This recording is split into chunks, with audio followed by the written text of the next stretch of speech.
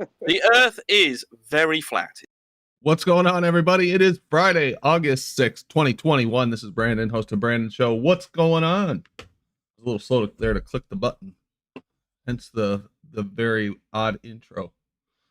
I see we got Inspector, Gadget Inspector, excuse me.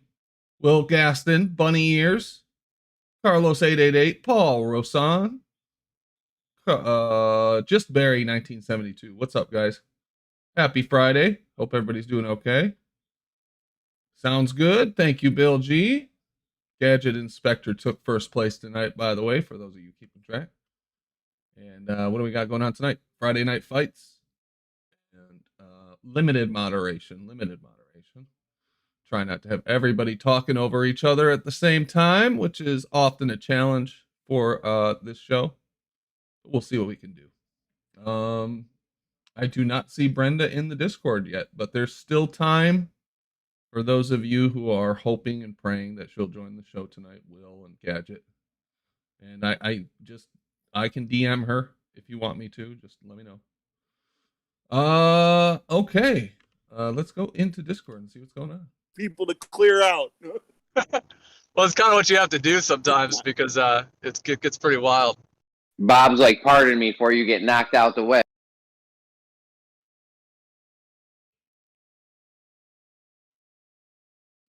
What up? We're live. Hello. All right. And we've got Travis, we've got Chad, we've got Percentage, we've got Crit, Enigma, Farming Ganja, Effie Walker, First Incubus, Geo, Jeremy, Lino Tomo, Matrix Media, Jay, Normal, Solaris, The Real Bob Dole, and D-Mock. How's everybody doing tonight? Good. Let me jump in just real quick, since I think I've got a good connection and I wasn't able to follow up yesterday with my question to Brenda about falsifying, the hypothesis. So the one thing that I try to encourage us all to be thinking about is that when we're having these discussions, when you have a claim and you're having a conversation with someone who's open and willing to prove their claim, you have to take them back to those first principles of the claim itself. So when Brenda puts on a show like, oh, you guys don't even falsify your own hypothesis. Neither has the globe. Show me any primary source where you have the claim that there's curvature or that there's orbit. Show me where they falsified their claim so that they were justified in going on with their supposition. If you have a correctly formed hypothesis, you will absolutely falsify either the null or the alternate. Right. One. I understand that. No. I get that. But my point was to simply follow up and say, if you're going to hold us to that standard, you guys don't even do that to your own side. Show me one person. Eratosthenes. Who's the next guy after? They got nothing. Right? They got nothing, bro. I get that. But some people might not be thinking along those lines and just take Brender's charge to us like, oh yeah, I guess we have to falsify. No. We're not the one with the positive claim that the Earth is physically impossible to exist in that state. So anyway. Well, I agree with you in principle. I also think that those would be very quick discussions most of the time because their models in nearly every case are unfalsifiable. So we just end up having some very quick conversations, the same ones over and over. Well, but the unfalsifiable model then, I think, puts us both on the same playing field because the response would be, you're simply describing a flat stationary Earth. Because we both have the same effect to analyze. We're both experiencing the same observation, the same phenomenon. And if you can't falsify it and I can't falsify it, then technically the burden of proof is on them, right? They've made a globe claim saying that curvature exists. Yeah. They need to show the curvature. We don't need to show that there's not curvature. We don't need to prove non-existence. That's fallacious. They need to show the curvature. Yep. Hey, can I ask you guys something? Do you see my screen? This little infographic thing that give him credit for posting it. Yoda posted. AKA almost certainly Gambino.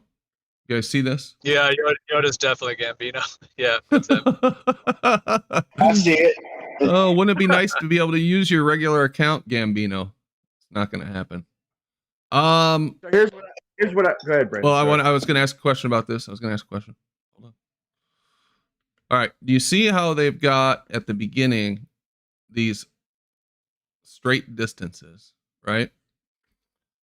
They show you these straight line distances between the cities, and then they try to match it up, and they say, "Oh, it doesn't work." And then they show you these curved lines, and they match up these curved lines, and then they say, "Oh, look, it fits perfectly." Okay, this is all kinds of stupid, this infographic. But here's my question: they're always telling us about how straight lines on a globe are curved, right? When you look down at a line from up top, you take your basketball and you look down at it from above, the line looks straight, right? That's what they always say. Yeah. So why are they showing us a bunch of connecting curved lines? What the fuck? Like, did they didn't measure this? So listen curve, to this, Brandon. Right? They didn't measure a fucking curve like that. Hold on, y'all. Brandon, I was talking to B-Ball earlier, and so I said, okay, so I'm gonna be me and you and Jose. Okay, we're gonna have points A, B, and C. Okay, now I'm gonna be in Washington. Okay, and I'm gonna draw a straight line I'm looking at it from top down to Southern California or Texas, right? A straight line. I'm gonna go from like 55 north latitude to 30 south latitude. Okay, now we're going to start in the middle of that line in California, in Northern California. Okay, I'm going to go to my point in Washington, and I'm going to take a 90-degree angle at 55 north latitude. He's going to go down to 30 south latitude and do a 90-degree angle. Okay, we're never going to fucking meet. Okay, because I'm going to basically circle the globe at 30 latitude. They like to try toward the fucking pole, and that's why I always put emphasis on their longitude lines that connect. It's the same thing on a flat Earth, where the lines would have to connect at the North Pole. But if they say that a triangle would have to have more than 180 degrees, bullshit. They're full of shit. Because the example I just gave, he would circle the Earth at 30 degrees, and I would circle the Earth at 55 degrees, and we'd never fucking meet. So they just say whatever suits their argument, man. Yeah. I'm just trying to think through this. I wonder. So they're measuring. They're always measuring straight lines, right? Yeah, I will say this is Joe's Lay's animation. Oh, he's the original guy that done this. He's done a couple. But the lines of latitude do not converge. My point is, the lines of latitude do not converge. Okay, they have to have one of them convergent, so they converge the lines of longitude.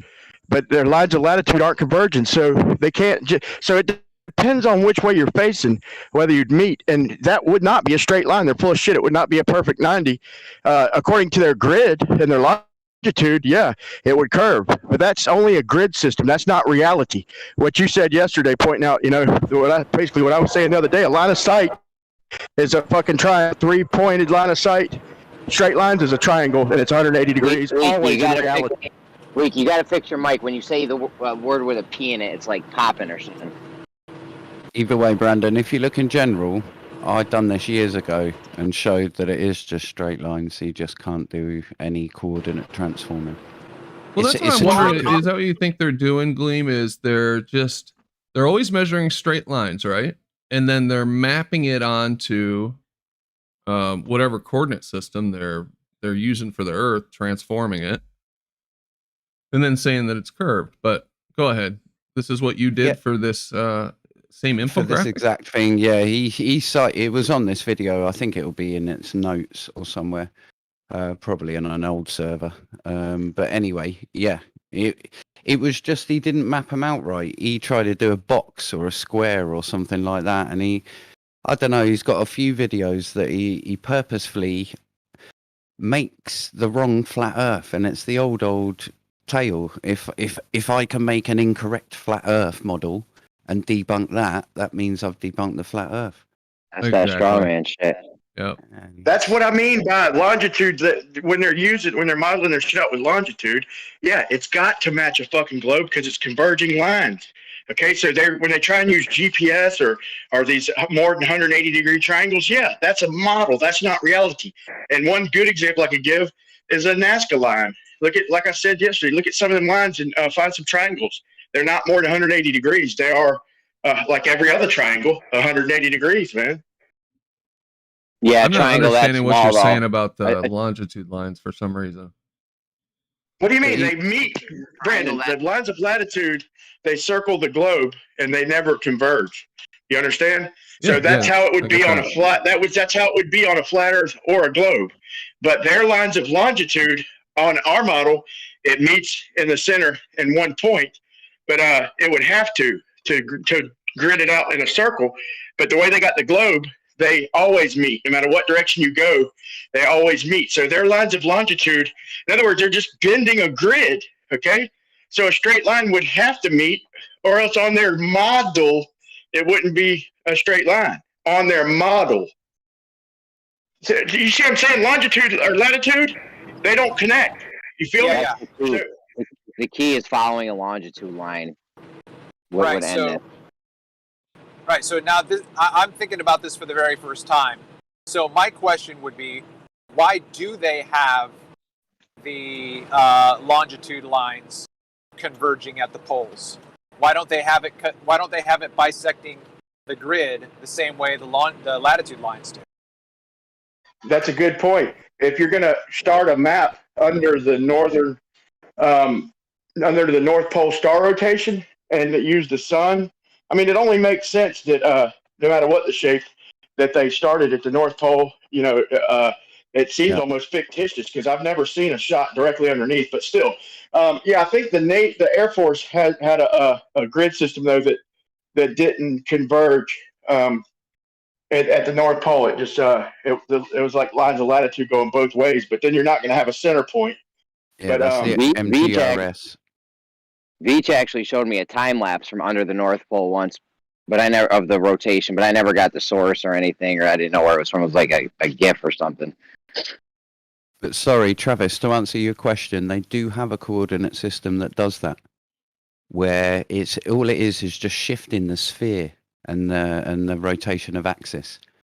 So even though obviously it doesn't become an equator, but what they do is they shift the coordinate system so the pole is at the equator, and then when you're dealing with the poles, you get less distortion on the per squares.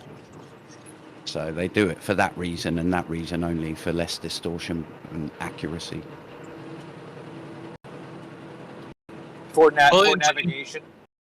Well, it's more. You must have seen that map projection that looks like, you know, when you were a kid and you made a dice out of card, and it looked like a T cross to start with, and you scored the card and then you fold it into it's those types of maps where. But listen, it's why dude brought the 60 degree, why he used nautical miles, because that would be latitude lines, the 60 miles instead of the 69 miles. He's trying to be slick and use the 60 miles because they're not converging and it's 60 miles the whole way around their globe. It's just, it's more trickery, man. Trying to bring the nautical mile fucking example. Like, that's our whole point. Yeah, you use the nautical miles and the triangle's not going to connect. You start going 69 degrees and make it where the longitude lines are, the grids are widening toward the center and shrinking toward the top on either model, then you're not going to get, that's when you're going to get more than 180 degrees, but that's just a model. That's not reality. They can never, ever prove that shit in reality.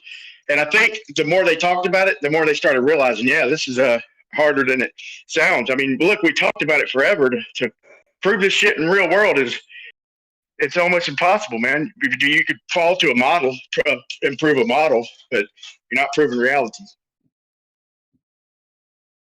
Well, the thing about this argument in my mind is that the distances between those locations has to be very, very accurate. If it's not, it'd be pretty easy to fudge it. You don't need to fudge it by that much in order to create that spherical excess. So excess. Yeah, so, I mean, and I it's think that's one of shockingly the little. main part.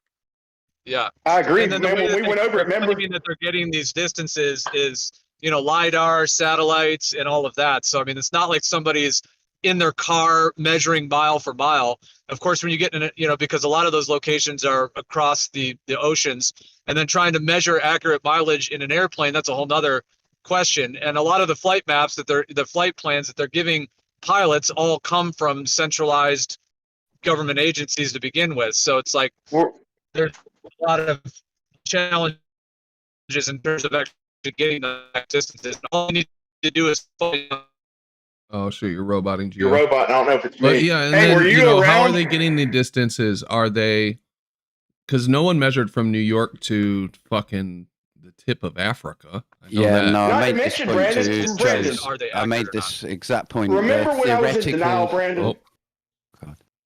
They're Go ahead, Brandon. Go theoretical ahead. air distances, and you'll see this everywhere. Theoretical air distances means as the crow flies, based on the radius.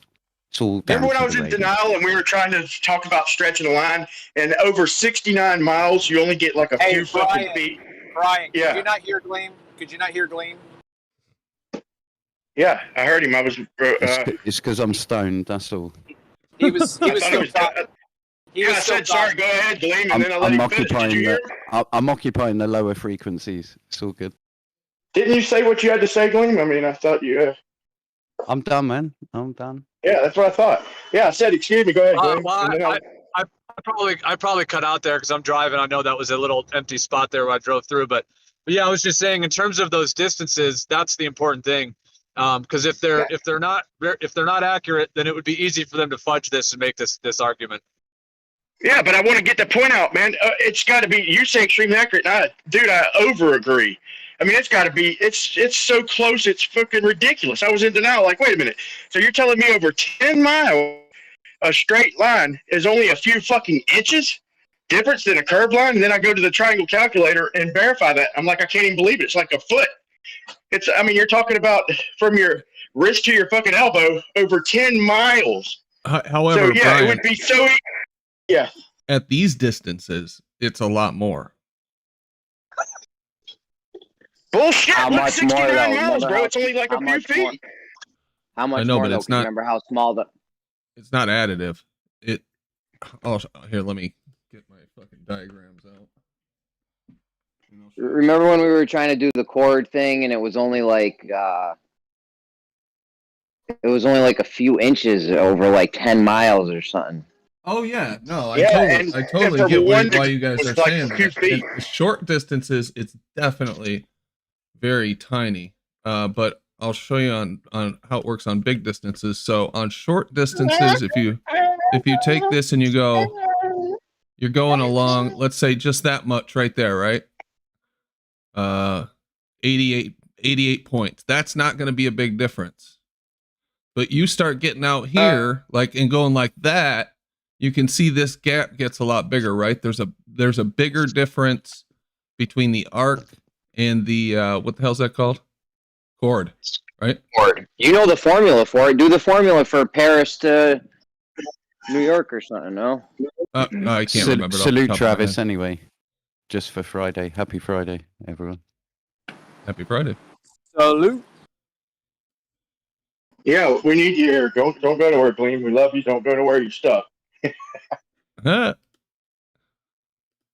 So yeah, okay, so we can just discard this bullshit then. It sounds like.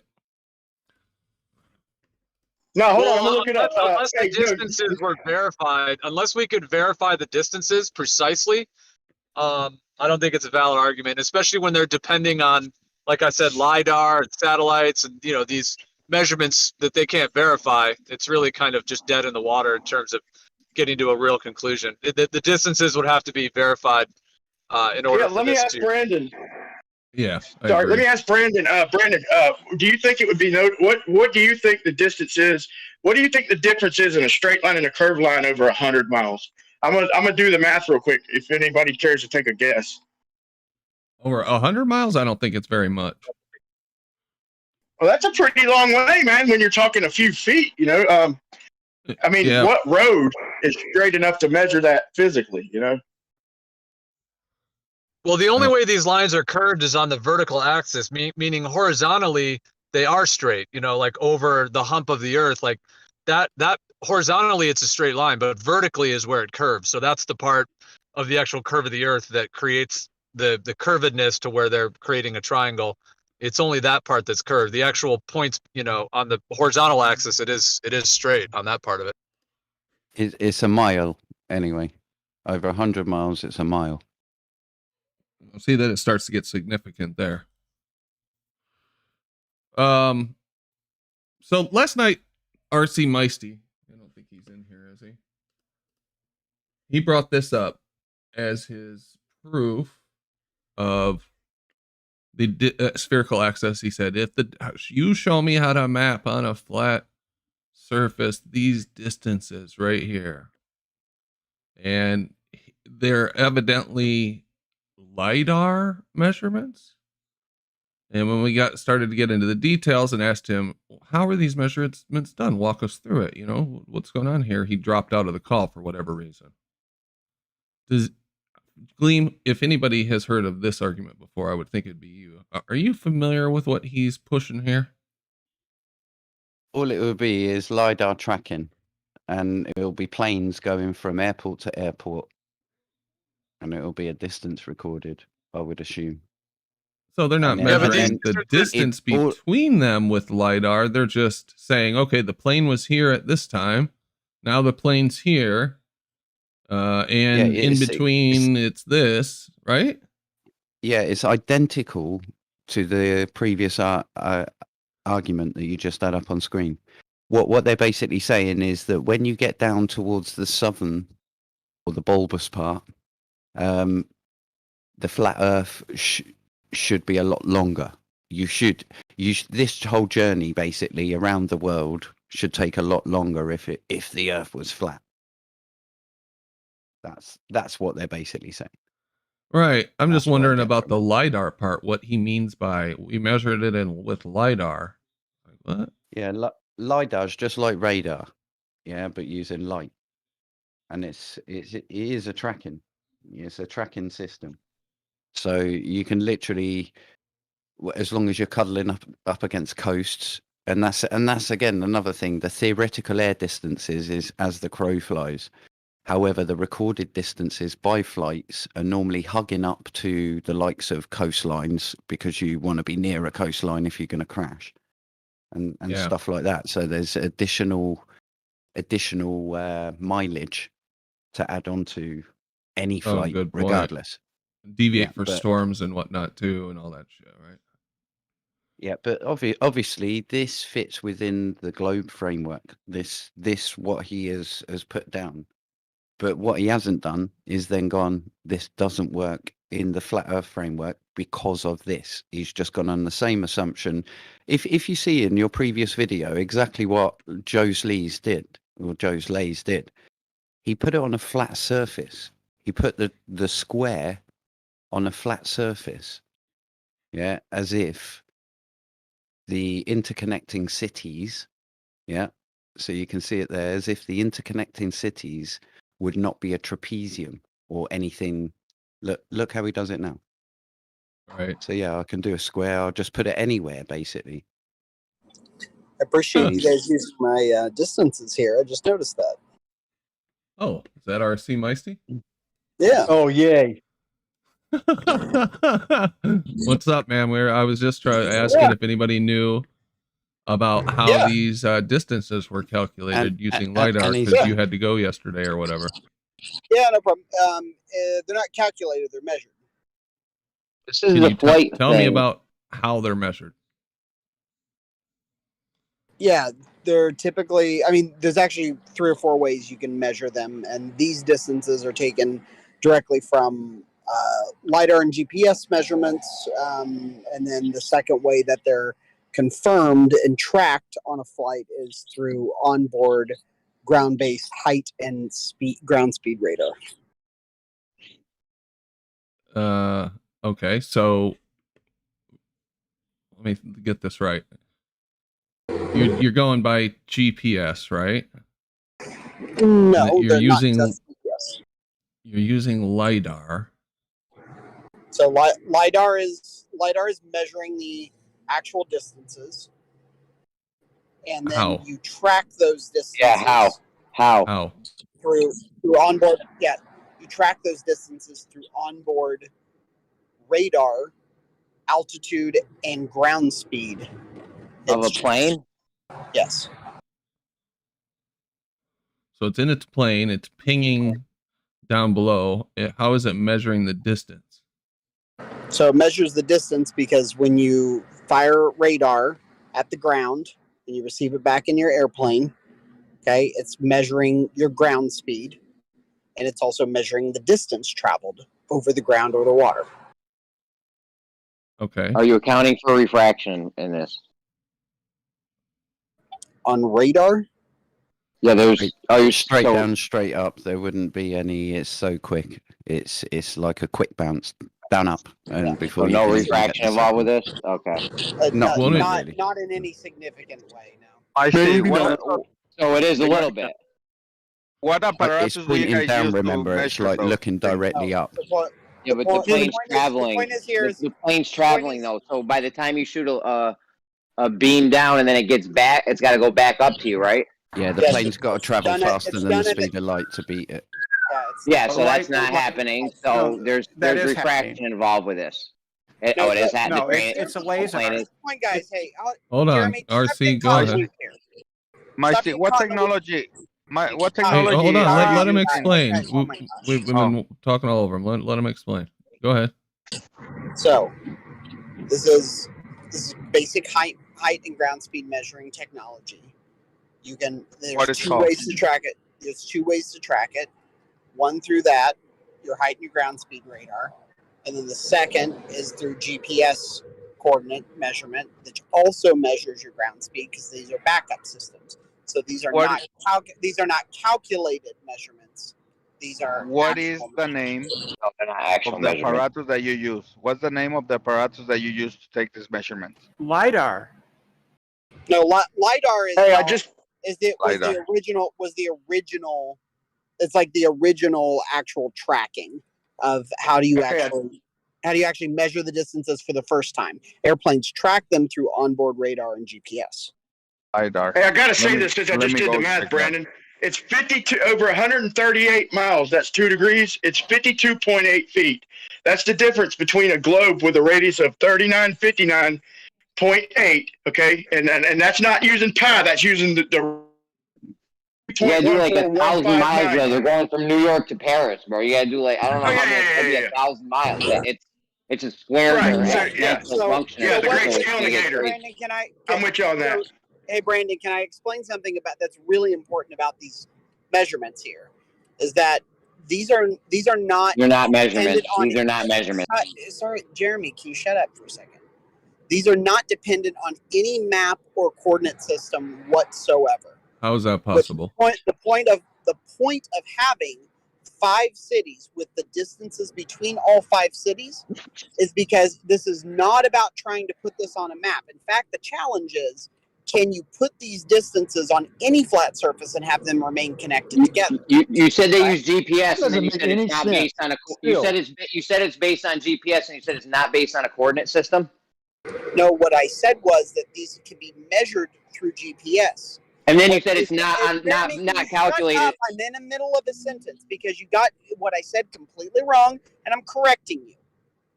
What I said was these measurements right here, and the argument associated with these measurements is not based on trying to appeal to a map or a coordinate system. The reason we have 5 cities is to say, actually, all we're asking you to do is. And GPS uses a coordinate system. This is straight lies right here. This bitch is lying to you. Shut up for a second. All we're asking you to do is say, can these distances be on a flat surface and remain connected together? Just Bro, they're measured. They're measured on a Wait there. flat surface. What are you talking Can I about? ask a question? Can I ask a question? Yes. Why couldn't it be a dodecagon? You can choose as many cities as you want. But the point is I'm not trying to actually even appeal to. No. particular All shape. I'm saying is that every one of these lines that you've got here is a distance. Yes. If you can draw as a straight line between point to point, Yes. They're straight and then lines, there's exactly. 12-sided shape. Meisty Okay. seems to think that this shit's mapped out on a. Hold on, Brian. Gleam was in the middle of a sentence. Yeah. flat So, coordinates. So if you actually, imagine it's in a Brian, circle. The whole point here is that I am not appealing to any map whatsoever. There's no map associated. Then what the fuck are you writing this shit on, bro? What are you recording What are you recording it on? Just to fucking on nothing? No, all these are ground track distance measurements. So from this They're point to coplanar this points, point, dude. They're coplanar points. If you write them on paper. Meisty, let me ask you this. Let me bring this up. Who made these quote unquote measurements? Who precisely took them? Because it's the NOAA, correct? Who's all run through NASA. But I'll let you answer. Who precisely claims to have taken these quote unquote measurements? Go ahead. all commercial flights and private flights between these points have been measured at these exact distances. No, So, I asked do who they took chart- the measurements. Who took the measurements? Who did it? Like any commercial flight. So, for example, between Honolulu and LAX right there, that's an American Airlines flight. So these numbers Between on LA here hold on, are an stop, average stop, of hold on, all listen, flights that have gone between listen, these listen. cities ever. Is that right? No, they're not average. They're not average. They are specific measurements from actual flights. Can I tell you Hey, how listen, it's on a possible? I globe know how it's They from were on the same LAX to plane. Hawaii. Hold on. You're saying the Okay. airlines are taking the measurements? The airlines are doing LiDAR measurements? Is that what you're No. claiming? No, that's have not a what way. Did you hear me say that? I have a way. Yeah, I asked you who Hold measured on, it damn when you it. started talking What I about said commercial was- airlines. Hold What I on, said man. was- Brian, Hello. hold on, man. Hold on. I'll come back to you in a minute. Go ahead. What I said was the actual measurements between these places are taken by both commercial flights and private flights. Any flight you want, you can pick between these 2 points, will have these exact measurements associated. But who is taking the measurements precisely? Hold Who is on, let taking me them? make my point, man. Hold on, Any Brian. of the aircraft. Oh my God. Brandon, he's asked the same What if- question 5 times, dude. I He's What know, if and you make- I started detailing, and you wouldn't shut up, Brian, because you're pissing your pants because this is actually destroying your worldview. No. Brandon. What if All the right. path is Gio, are you done with Shut up. your Bam. questions, Gio? What if the So- path I'm is just curved? asking I because get- yeah, oh my I God, don't have to Brandon, ask can I it actually again. He doesn't respond to your seem to really question? want. Yeah, I don't think we got a straight answer. But Bri- Flat Earth so- Egypt had something. Oh What my did you have? gosh. So Yeah, I Brandon, said, here you go. What if the For path the is not straight? Honolulu to LAX flight That would work. is an American That's the Airlines path. flight. Hold on, RC. What? If the what's path- up? If the path is not straight, that would work. You can connect these 5 cities if they were curved paths. Correct? Well, the No, plane. no, Egypt. What these Correct. are the RC, surface I said measurements. if would No, would that work? Egypt, listen to me. These are the You're not shortest answering my distances. question. These are listen, and I'm answering. You just keep saying I'm not answering, and you won't even let me answer. These are actual distances from point to point in the shortest distance possible. Tell me when I But can you shut don't him know down. that. That's impossible. I will say that's can't prove that. impossible. Why is That's that a claim. impossible? Because Because this they is have to on take the Oh, off hold the on. land. Flat Earth Egypt, were you done? All I'm gonna say is because he it's said on there's the no sur- on way. the His surface claim of the is Earth. his claim is you can't connect these paths on a flat surface. Yeah, no way. That's his claim, and I just showed him a way you can. If you curve Okay. these You didn't. lines, Hey, Egypt, I did. Egypt, I show said me. if you Okay. curve these lines, then you can connect them. Thanks. Yeah, not necessarily curve as in curve of a globe. Yeah, you can curve it sideways. Okay, still so works. you on a curve flat it, surface. I said on so a if flat surface, not on a globe. so you have to curve it in order to make it work. Okay. Are they flying in direct paths, or is the wind blowing them around? And Yes, are there these are- jet streams? The wind doesn't blow light around, Jeremy. Meisty, draw a straight line on a globe from LAX to Honolulu. Okay, continue that straight line, and you hit the Philippines. Okay, but in reality, when we fly from LAX to the Philippines, We go over Alaska, dude. Your argument is crap, bro. Brandon, you're trying to appeal. You cut out, RC. I am very specifically with these measurements, not appealing to any. Yeah. In fact, my challenge is that an average or is that a measure? Is that an average or is that a measurement? It's a measurement. I've told for you for the 8th time. So that's not the average. That's just one time. That's just one time one person did it. Yes. Well, we're going to need some information about the process and how the distances were recorded, that kind of thing.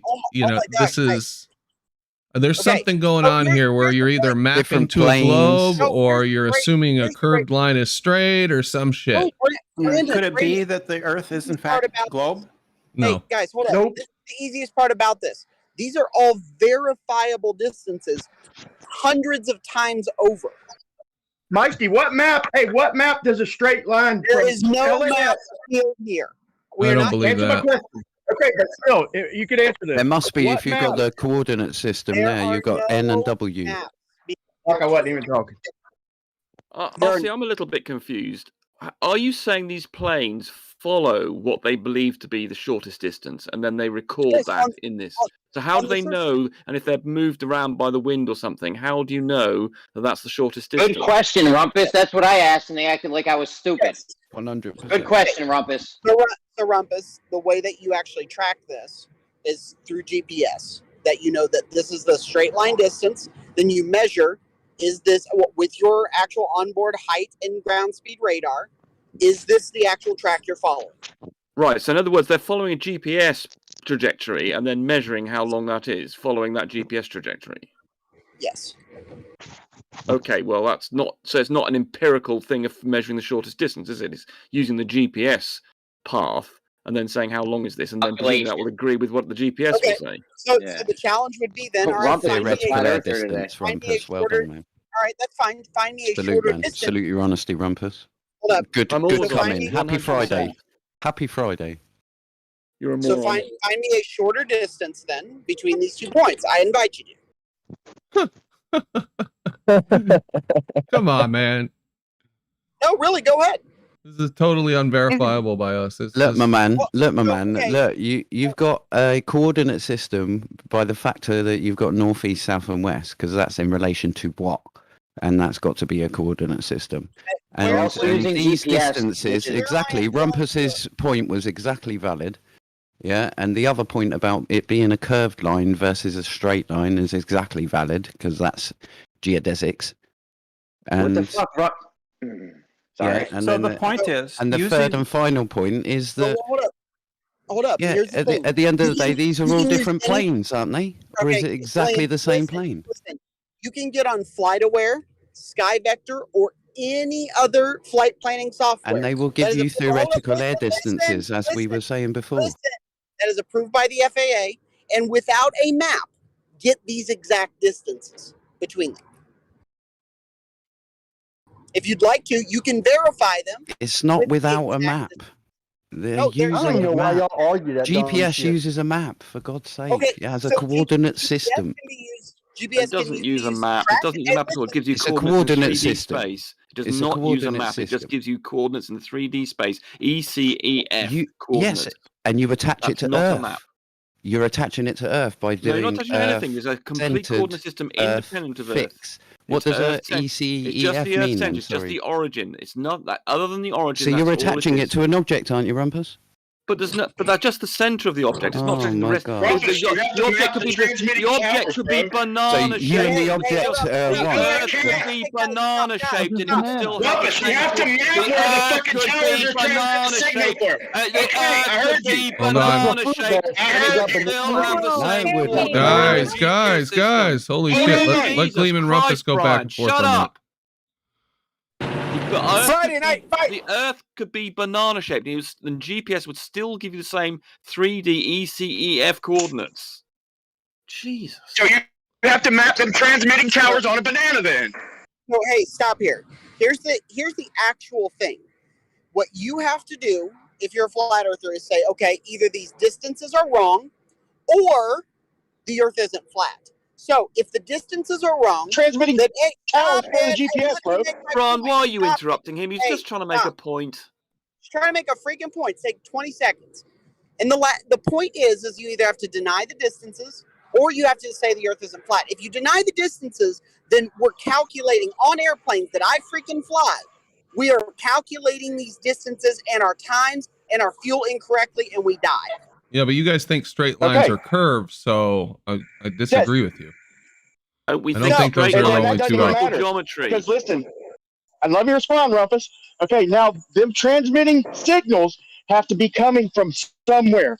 They have to be put. You can put them on a fucking banana if you want, Rumpus. It uses lidar, which is a Which laser are beam. coming from a point. They're coming from a following spot. a GPS path, right? Wherever you are at, okay, is the point. So they've got to be put on something, whether it be a banana, whether it be a globe, whether it be flat. Them points have to come from somewhere. So you're saying it's not coordinates, and you're wrong. Brian, we're not appealing to a map right now. All I'm simply saying is either show me what the right distances here are and how they're duping me into calculating fuel incorrectly yet correctly every single time, or show me how these fit. Hey, stop! I have a Show me, question. listen, or show me how these fit on a flat surface. RC, they're not disputing these distances of flights that you follow. They're just disputing whether they're the shortest distance. Put myself in the queue before Rumpus, I understand that they're disputing the distances, but then what I'm asking them okay, if these distances are wrong... No, they're not saying they're wrong, RC. They're not saying they're wrong. They're just saying they're not necessarily the shortest distance between these 2 points. Okay, so if they're not the shortest distances between the 2 points, then I'm going the long way? Yes, that's what they're perfectively saying, yes. No, that's or not, the Earth not is at all. flat, of course. You're not listening. Okay.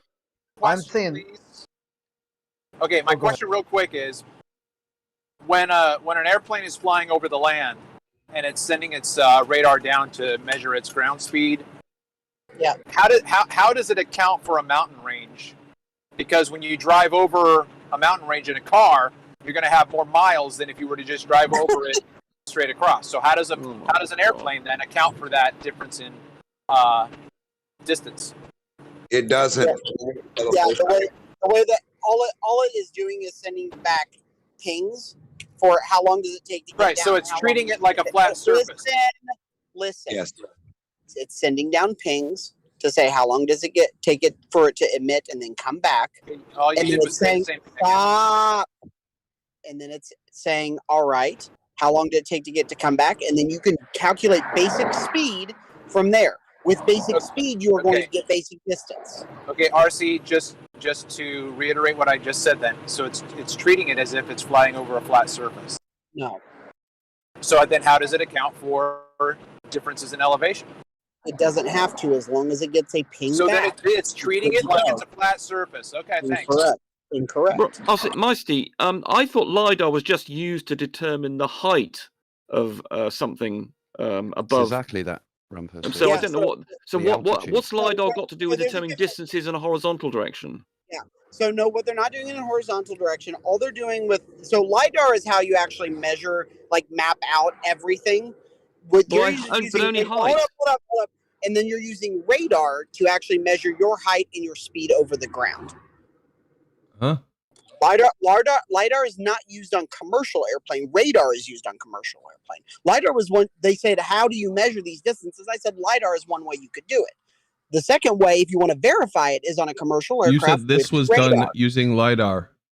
I said you can measure these using LiDAR. Oh, for fuck's sake. How were these distances done? Yeah. They weren't done with LiDAR? The whole thing's changed. You said, how can I verify them? I said, you can get on any commercial airplane and use radar for its height and its ground speed. Were these distances, quote unquote, measured using LiDAR or not? Yes. LiDAR has been used to map the entire Pacific Ocean as well as height, surely, Rossi. The only thing you use LiDAR for is to measure the height of the surface below you. That's all I'm aware. So that doesn't give you the distances to horizontally. Rumpus, it doesn't. Oh my gosh, you guys aren't listening. The point is that LiDAR is what we use to actually measure and map everything from all points on the surface of the Earth. There's 16 terabytes that the NOAA just put out. Okay, of the but that's entirety. just the height information. Listen. Of the entirety of the Pacific Ocean, which is where these measurements are based from. Now, switching things, you will ask, how do I verify these distances?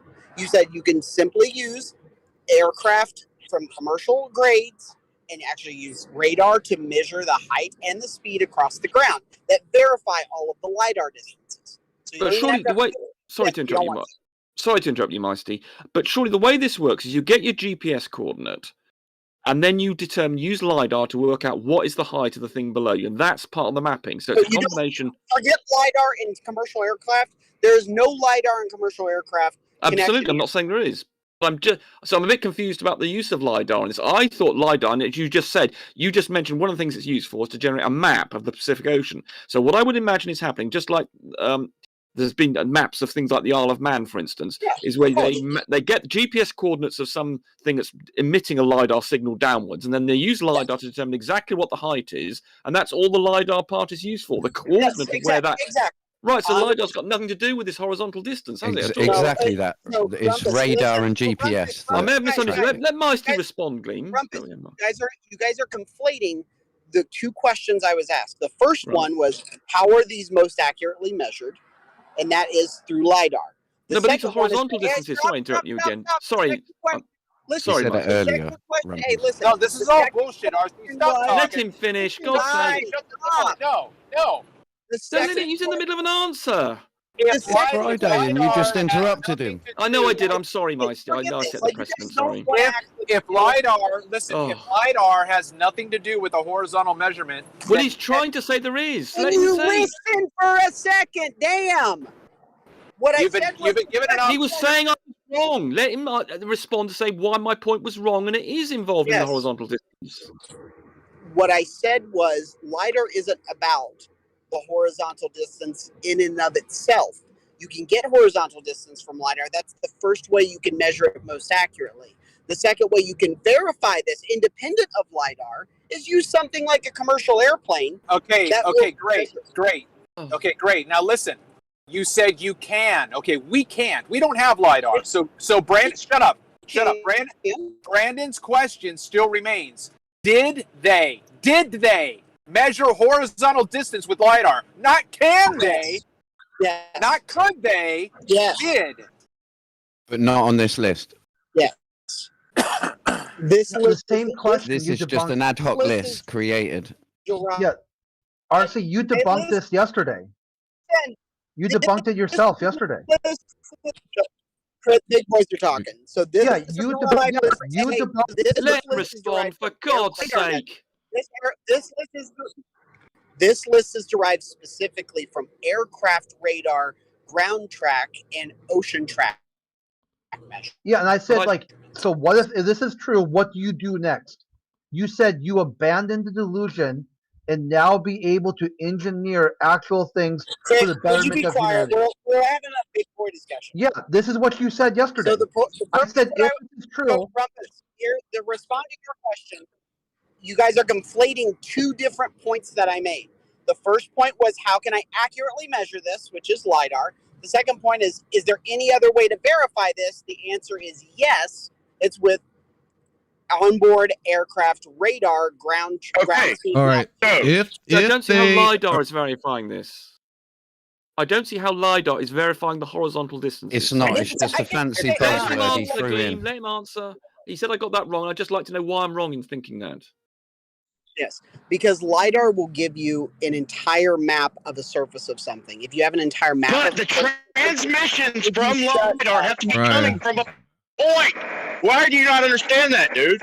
Let him finish his answer, Brian. For example, Rumpus, if I want to do a LiDAR map between two points on the surface of the Earth, two towns, and I want to map all the topography, because usually it's used for topography measurements, right? Yeah, but you get the horizontal coordinates via GPS, not via the LiDAR.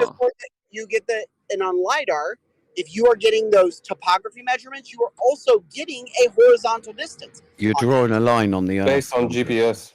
You know, the GPS, I'm sure, is giving you the horizontal based on where the transmissions are coming from, which have to be mapped. He doesn't understand that them transmissions have to come from somewhere. It don't matter if it's in the air, on the ground. He's failing to understand that them transmissions have to be coming from a point that is not mapped. It's all cross-referenced. I think Rumpus was saying there was some in isolation, and he did mention earlier that it was all cross-referenced.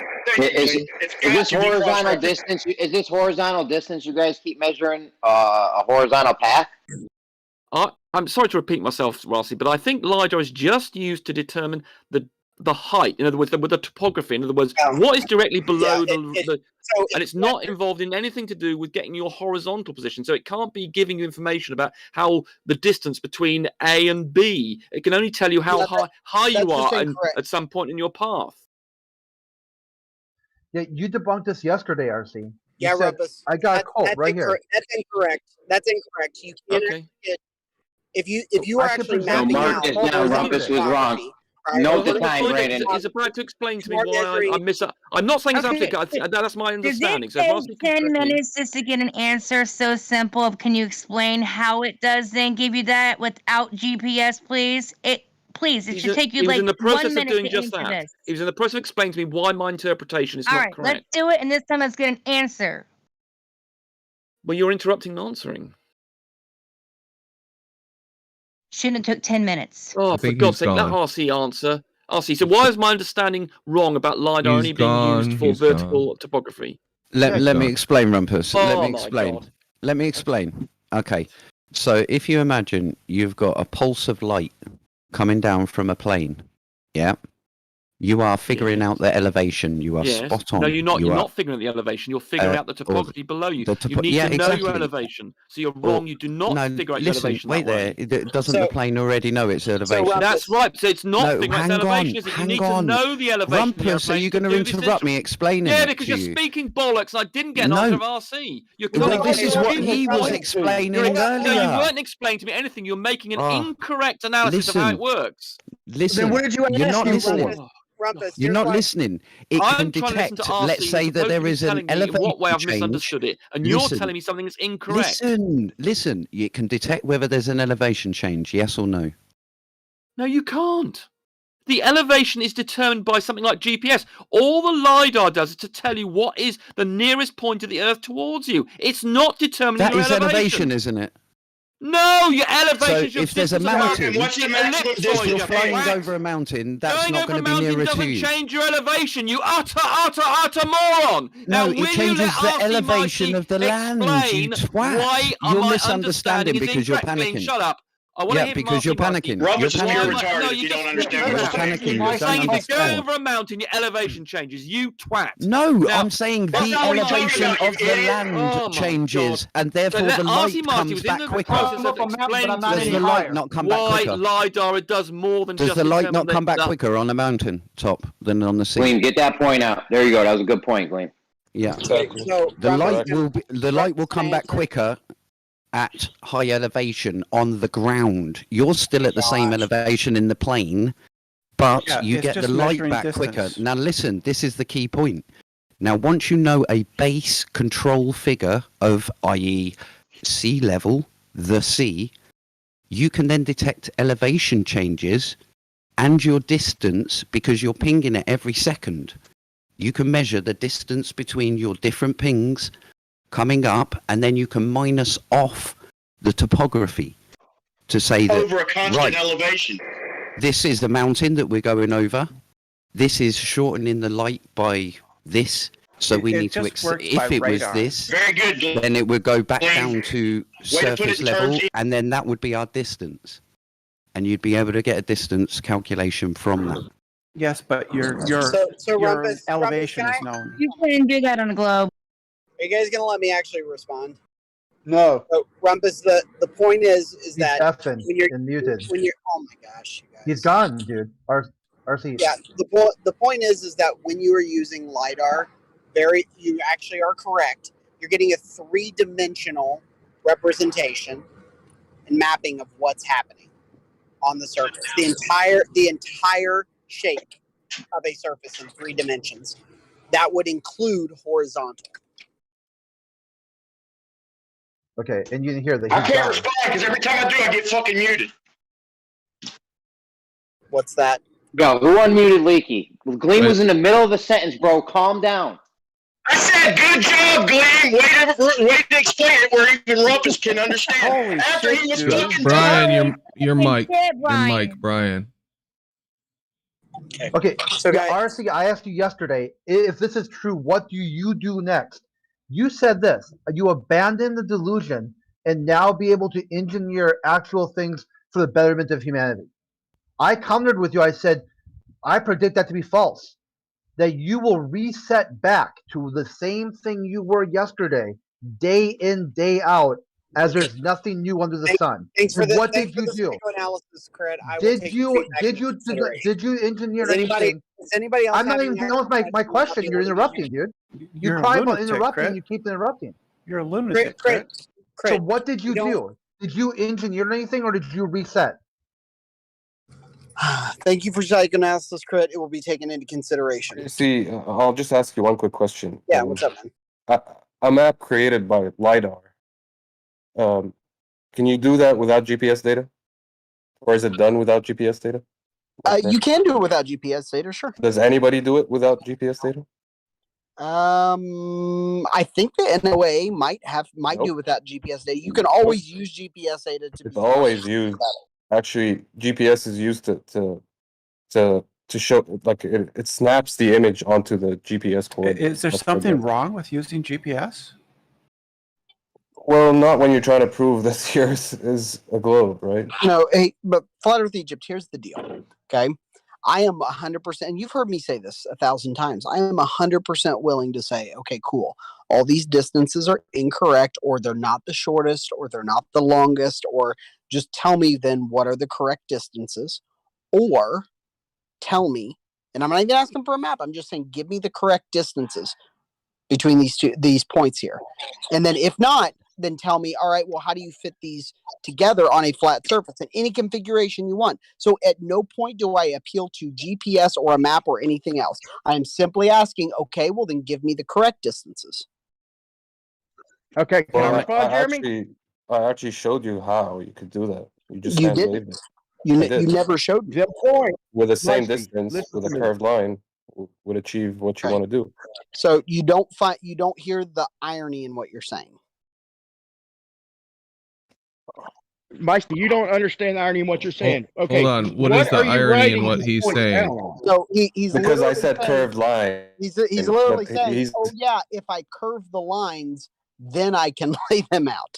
Curve You it guys on a think flat straight lines are surface, curved? Yes. No. I didn't say I think anything, Brandon.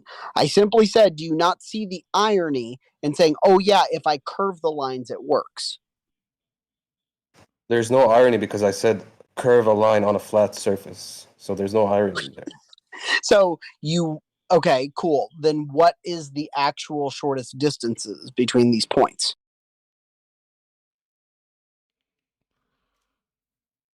I gotta tell you, I don't know how you can be so I still don't understand the process by which these numbers were derived or the origin, which I asked about a couple times. Yeah. Who actually measured these? Where did those actual measurements come from and how it was done? And through all that, and I know you got stepped on a lot, I don't feel like I understand what the fuck the data in this table. I feel like you're just showing us a table full of data and going, these are official from the government. They've been measured. No, I didn't say and that. bam, it's some process uses LiDAR. No, radar, not LiDAR. And you should believe it or prove me wrong. No, Brandon. Here, let me say it in a very calm way without anybody stepping on me. We'll see if this is possible. Okay, you ask, what is a way that you could measure these? Right, LiDAR is the most accurate. Then you say, well, how can I verify them? Well, commercial flights using radar for ground speed and height are the easiest ways to verify these because hundreds of those happen per day. And between these distances that you can get literally gigabytes of data on. Brian, please stop getting ready to interrupt me. And so my point, Brandon, is if you want to know where these exact measurements come from, it's the commercial aircraft. Now I'm interrupting without even interrupting. Listen, LiDAR is worthless. All it is light emitting pulse. It's range finding. All right, It is worthless. Listen. I agree Let me with finish, you. bud. You get the point. You get Hold the on. point. Let me finish my fucking point, dude. It's worthless without other data, without knowing where the transmissions are coming from, without knowing what you're plotting them onto, they're pointless, bro. Brian, What don't you understand about that? Brian, you win. Great. Throw LiDAR. Dude, you talk the whole fucking time I'm making my point, dick. Throw it out. Throw out LiDAR. You win, is what I'm I saying. couldn't get to the mute button quick enough. Sorry, Brian. So Brian, I'm telling you, you win.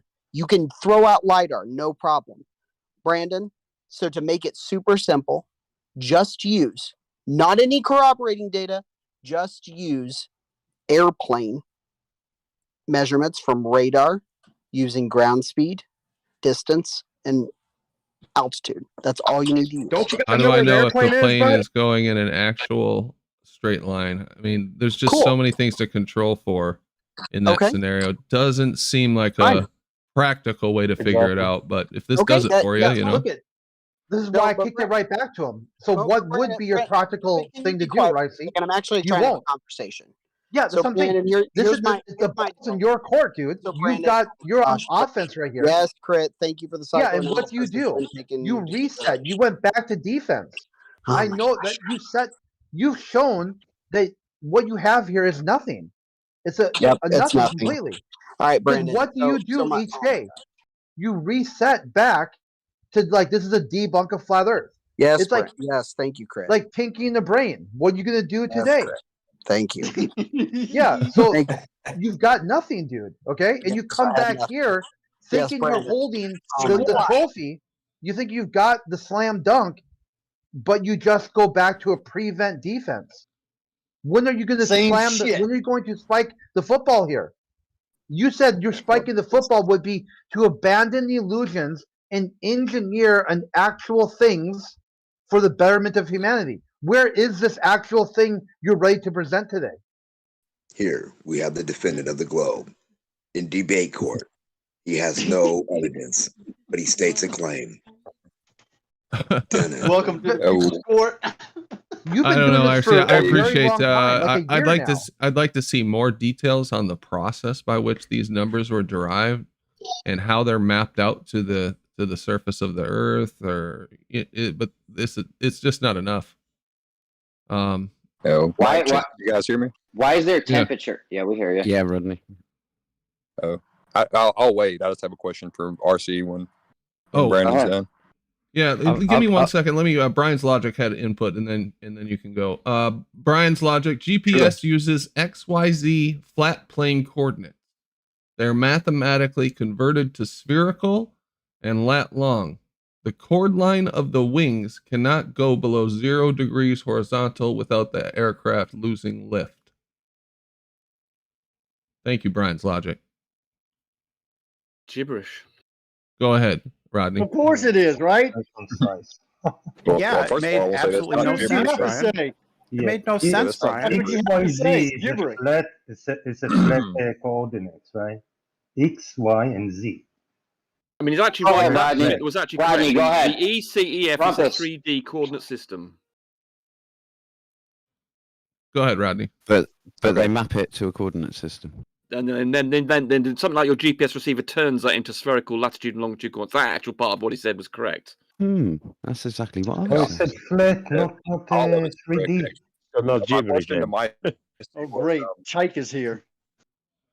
Yeah, because an airplane. Anyway, so hey guys, Rodney, Rodney get his question out. Go ahead, Rodney. Well, I only caught about half the conversation before I pulled over to get on. But RC, did you say that this LiDAR data was not tied to any coordinate system? Guess what? He left. Yes, and I called him out on it for being a liar.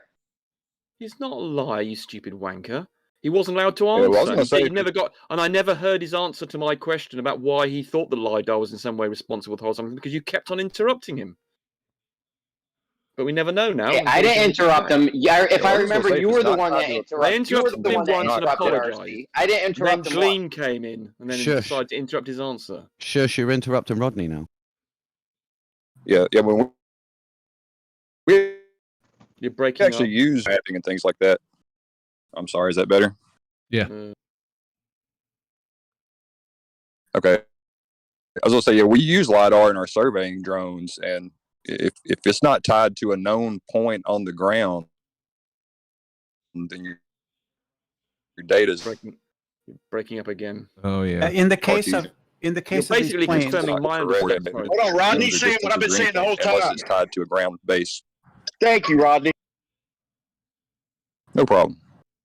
Gotcha, in the Rodney. case of the Okay. planes, they're working from a known elevation of the plane. Yes, exactly. Yes, exactly, Rumpus. So, Gleam, when you said you use LiDAR to determine elevation, you do not, you stupid wanker. Just Elevation shut up of the and land. be quiet. You No, idiot. you're wrong. Jesus You're wrong, Christ. Rumpus. I was You're wrong. absolutely correct. You're wrong.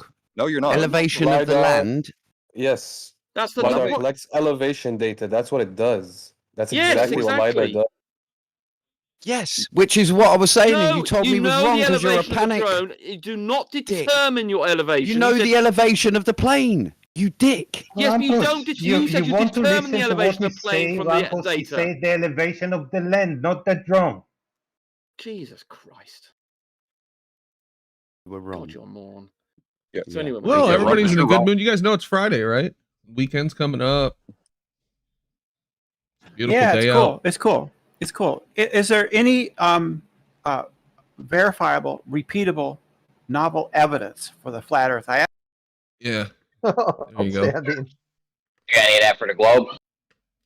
Yeah. Any You show science for the something to the globe? globe. That's just a burden of proof reversal fallacy. That's a burden of proof You asked reversal us this fallacy. yesterday. Yeah, We're not just interested none in this yet question except. again. You gonna start That's telling us right. about Remember when I triangles with explained- 208, 540 degrees or what? Oh yeah, I made a mistake. Big deal. I'm not one who holds to being, a stickler. People make mistakes. They can correct themselves. That's okay. Yep. Well, stop thinking you live Right. on a globe. It's So, okay. or do you have any evidence? yourself. Any There's no evidence, globe. repeatable, verifiable evidence of a flat no globe. Earth? We don't have Any? No, you We still don't don't have get any it. globe. We're not claiming it's Go flat. outside, look at it. Well, the I only just thing we're presented claiming- you RC. The only thing that we're claiming is that it's Look at not. your kitchen floor. No, the claim is definitely that the Earth The is floor flat. you're standing on is It's flat. flatter, Every that floor it is you've ever flatter stood on is than flat. they claim it to be. Every It's floor flatter you than ever stood on is flat. mile radius. Thank you. That's what our claim is. Ladies you- first, you broke Brenda. up- he Ladies broke up. first. Go on. He broke up quite a bit. I didn't really hear what he was saying. Yeah, we're not worried about that. Our only claim is that what you and NASA are claiming to be correct is not. That's what we're claiming. I So you don't explained this think the Earth before the is flat? show about. I explained this before the show. Remember, No, Brandon, we about think the it's not a burden of proof ball. reversal fallacy that they do to us. We about- know Right. it's not Yeah, right. yeah. I'm My saying, mic I'm loud. saying there is still a possibility that it's a sphere the size of 10 times the size of Jupiter, but I don't But know. that's not a No, there isn't. possibility. That's What not a I'm No, there possibility. isn't. You're a What I'm lunatic. No, there isn't. What I'm saying is that it's open. Like what I'm saying is that it's not 3959 mile radius. That's what. So, we're so you do not believe that the Earth is flat? we think that The it's Earth is flatter not than what a sphere. NASA claims it to be. The Earth's not a sphere. No Yes, sphere. it is. Absolutely, it is. We have. So pictures. what is the shape of the Earth? No, it's not, Rumpus. I Not heard a you. sphere. What is the shape of the Earth? Not a sphere. That's I not just a- told you 10 that's times, not Brandon, not a The sphere. Earth is shaped like Earth. What is the shape of the Earth Earth? shape. It's a not horizontal This is- plane. This is Shaped amazing. like dirt I and say This the is water. Earth is amazing. flat. I say the Earth is flat. I'm I say on it's a a. It's horizontal not a plane. shape, Brenda. It's not a I'm- shape. I'm in a flat Earth Discord on a flat Earth YouTube channel discussing flat Earth, and nobody Yes, because will you haven't- claim Yeah, that the I Earth is You flat. said it, Brenda. Because Brenda. you have They no just said globe it. evidence. Someone just did. Simply because you Brenda, have no you're globe delusional. evidence. That's why we've You been here for lunatic. year after year after year for waiting for the globe evidence. I got a No, question. you We have have you have to provide the evidence. Hey I got guys, a claim. Rodney, guys, she'll Doesn't if exist. you Rodney, keep what is keep shape? feeding her, she'll But keep you- doing this still all don't- fucking night long. She will keep us Well, running around because- chasing her own because, fucking tail all Brandon, night. It's been Well, years, because years you're and a years troll, and years Brandon. that we've figured this out. This is Like, how for this is how absolutely it all the works. time. When you No, make When when you're a you make troll, a positive no, When you're a claim, troll, you've just got to troll, troll, it's not troll. trolling. It's And not troll, trolling. troll, troll. You are trolling because you're asking for evidence you can't provide yourself. All right. It's asking You're asking for evidence you can't provide. Support your claim. What's wrong Yes, with that? the claim You can't is, support your claim. that's we claim can. of proof reversal We can claim fallacy. in every You're in a single flat regard. Earth server, so you tell us your proof for the To globe. prove your claims. Brandon, I explained this to you before the show We've got started. Remember how pictures. they do this You can burden measure of the proof curve of the reversal earth. fallacy? You rumpus. Is my mic low? Well, There's just too I'm many doing people this test talking, in a Jeremy. few weeks' time. So hopefully. you've got nothing. Cheers. Thanks. Yeah, but I don't need to. I can rely on the body of human knowledge. Yeah, you and science. can. I don't. You just Well, claim you've something, got nothing so at all. you haven't got Yeah, nothing. Well, you have nothing, and you are I claim that's all I have. You have I absolutely claim no that's all I position at need. all. You're a Yeah, I science claim denier, that's yeah. all I need. No, I'm not. Okay, I'm a that's science because you're a promoter. science denier. Yeah, you don't want to use the body I'm a of human science knowledge we've promoter acquired who over just promoted centuries. the You wish to technology of deny LiDAR science. Those because I are know about technographers it. and do not want to deny science and the body of human knowledge acquired through surveyors. You're and God knows lying. what, I and promote taking science. of pictures. Paul Dirac's my favourite scientist. Yeah, but you don't understand him. You don't understand science. you get can- it you wrong. can just All right. Yeah, well, you know what, guys? handwave Let's dismissal. fucking try to have a good conversation tonight. Listen, I have a quick question. Are we good? Really, Hey, Rumpus, hold on. Just let me get this straight. Rumpus, Hey, Brendan. are you gonna sit here and call us science deniers and all this shit all night? And Brenda, No, are you gonna do your just smart ass actually- shit all night, or can we talk about an actual fucking topic? I'm more than happy to do that. Yes, I just have that a Gleam made a general claim. No, it's and just that therefore you're I- salty. Gleam made a general claim, so I made a general response. You're saying this. I'd You're always saying much this prefer to because talk you about. didn't I have always to much believe prefer what to you're talk saying about for years. specifics. Listen, I'm much I happy don't to talk have a about good connection. Can specifics. you guys hear me? I'm much happier to talk Can I about ask you a question specifics, just real Brandon. quick? We started All out right. trying I have to a question prove the real globe quick. to be Hold on, I correct. can't hear anybody, guys. Yes, you are You do science realize deniers. that. We bring up One evidence mic. with science, One and you guys mic. deny it. Guys. Science Right. deniers. Do you realize that we almost all of I us was here asked a started question. out Yeah. trying to figure out how NASA is correct? You do realize that, right? That's how most was of us asked a came to question. this. Do you No, you realize weren't, that? Brenda. I would like to years. reply. You were Get not toys asked. out the pram. That'll work. So I would like to reply. Brandon asked me a question. The point is, in any debate, both parties have a duty, an obligation to. So where's yours? Where's yours? Why'd you bring nothing to the table and ask everyone for everything? I'm not. I'm cutting her off because she does this all the time. She brings nothing, asks for everything. Brings nothing, asks for everything. Why are you interrupting, Glenn? Brandon just asked you not to do that sort of thing, Gleam. He was complaining I always didn't generally abuse, and that's what you're doing now. So in any debate, You just told her the same thing. in any debate, both parties have a duty and an obligation to provide evidence for their side of the debate. And I am demanding that Flat Earth provide empirical evidence for their claims. We have provided. You have nothing. Why you keep doing that outside? We have shown you that it is not what they claim it to be. We have shown you that on countless times. Yeah, that's our point. That's our claim, though. We're not claiming we know how flat it is. We're claiming it's not what they claim it to be. There's That's a flat what we're earther in the saying. chat who claims he can show me that the water does not bend over 3 kilometers. He actually said Brenda. he invited me to come to somewhere and say he can show me that water doesn't bend. I'd be quite interested in that because I'm about to show you that it does bend. Hopefully in a few weeks. Brenda, do you agree that everything can be evidence? Do you agree that everything can be evidence, Brenda? I agree. So pictures are evidence too, right? Yeah. That's what I'm asking. I'm asking Brenda. I'm just Do waiting you for agree? everything. So if I show you a screenshot of Himawari 8, what it looks like right now on this side of the Earth, that'd be good evidence, right? If I show you a screenshot of a Bigfoot right now at the mall. We're not If I show interested you in a this Himawari Bigfoot's not real. Santa You know Claus Bigfoot's at the not real, mall. so that's Santa that's Claus a at picture of the somebody mall in a sitting on a bench. Bigfoot suit. I'm going to show you Santa Claus at the mall sitting on a bench. Your So kid I can was go asked a meet him right question. Whenever you guys settle down and allow me to answer, let me now. know. Well, listen, I'm gonna debate All right, you, Brenda. right No, now. I'm not debating them. I'm going to debate for the globe with you.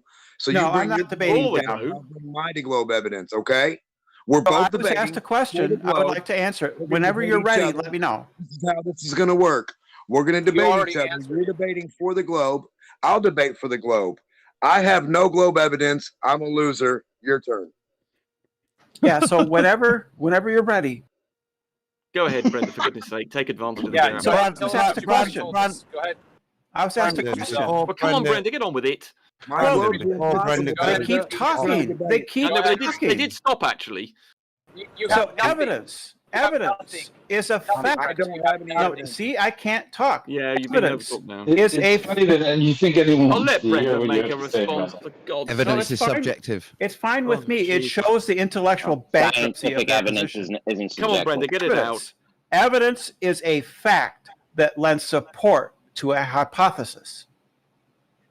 Evidence No. can be anything. No. It's based on interpretation, you fucking Mongol. No, that's Are the you whole this point. fucking dense, No, it Brenda? shouldn't That be was stupid. subject to interpretation. That's not objective evidence then. That's the whole point. You provide that, evidence that hopefully is There's no objective. such thing as Of course concrete there is. If we've evidence. got a picture of the globe from space that shows the globe, that The is science objective. proof We've things, debunked Rumpus, space. Rumpus. Christ. We've The debunked science space, proof Fry. things. It's over for you.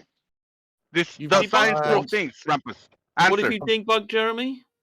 I've posted evidence on the LiDAR issue in chat if you guys want to scroll up. It's a bit dated, but Rumpus will recognise it.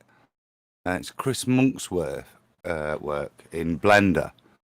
If you have a little look at the picture, it's quite good because he's got the Blender full... is not going to be evidence. No, well, let me finish and I'll just explain the point and then you can comment on it, Brenda.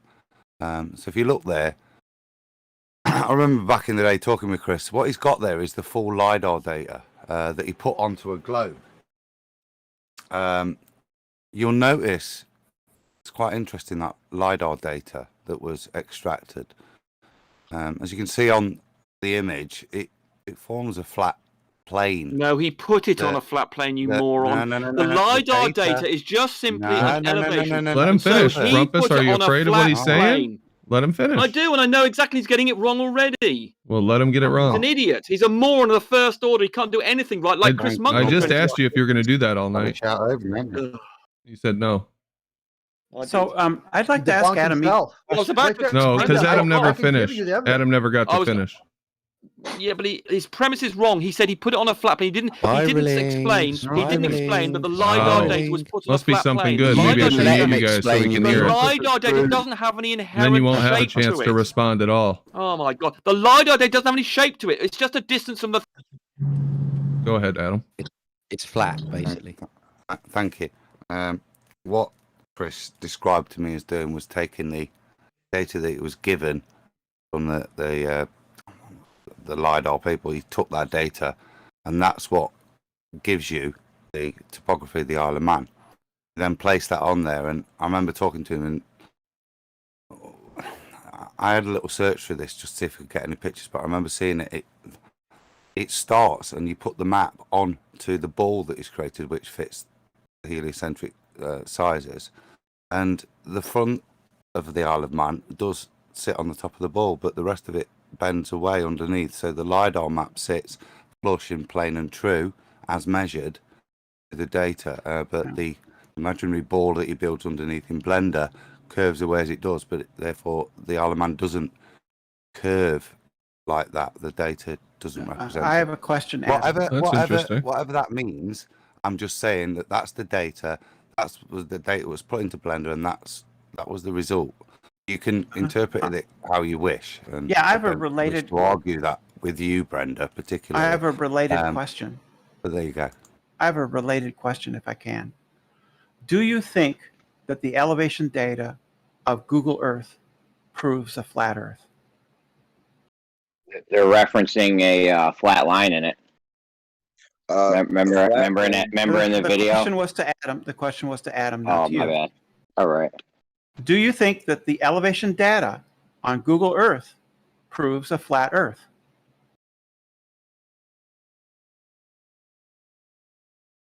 Definitely not good evidence for a globe. Let me just say that.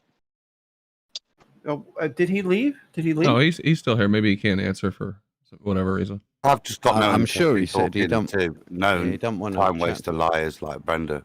So do you think that Totally the elevation data he did say that for Google Earth Brenda, you just got your answer. demonstrates What's a wrong flat with you? Earth? What did Can he you say? address this? Can you address this evidence that was brought up? You asked for anybody to present empirical evidence. Can you address what was presented, Brenda? The data was projected onto a flat plane. It's not. That's how it originates. Yeah. Do you know what elevation is? Do you even know what elevation is? So you would understand it. That's how it Gleam, originates. maybe you could answer the question. Do you, Gleam, do There you is think, no elevation on a globe, Brenda. do you think, Gleam, Elevation is under your feet, Brenda, on a globe. Do you so understand? Gleam, all right, that's great. So Gleam, do you Yeah. think that the elevation data for Google Earth There is no shows a flat globe. Earth? Gleam. There's not elevation on a globe. There's only forward. Sounds like this is Gleam? pretty good evidence for a flat, since she can't even address it. You changed the word in there from Didn't prove change. to shows.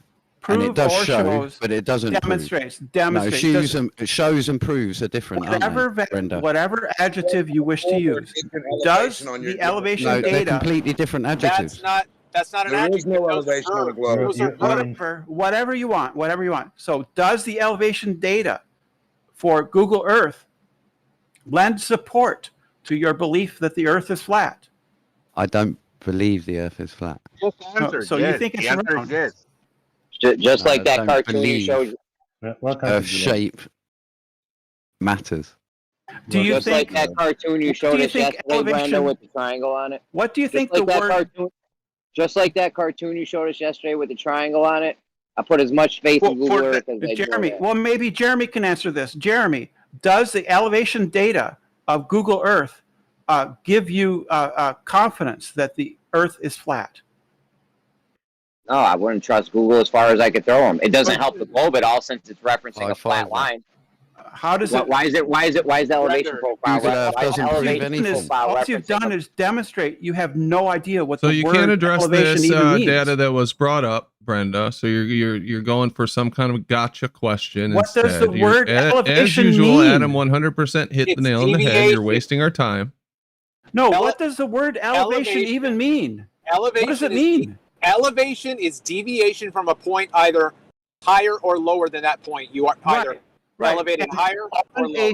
On a globe, that would be deviation from the curvature of the Earth, right? No, it's not. No. Yes, it is. That's exactly what it means. Absolutely. Okay, That's what go it away. means. Go away and give us a citation that It's height that above sea level, right? Right. Yeah. That's the point. That would be all around the Earth, the globe. If All it's around the curving, globe. why? Elevation would be deviations from Listen, sea level. Listen right? very carefully. Listen very carefully. If you put a point on a shoreline of a large lake, like say Lake Tahoe, which is 22 miles by 11 miles, okay, very large lake. If you put a point at any point on that shoreline and walk away 5 miles, have you changed elevation if you're at the shoreline? No. Okay, then it's not following the curve. No, it is following the curve, and it's still. Elevation is not following the curve.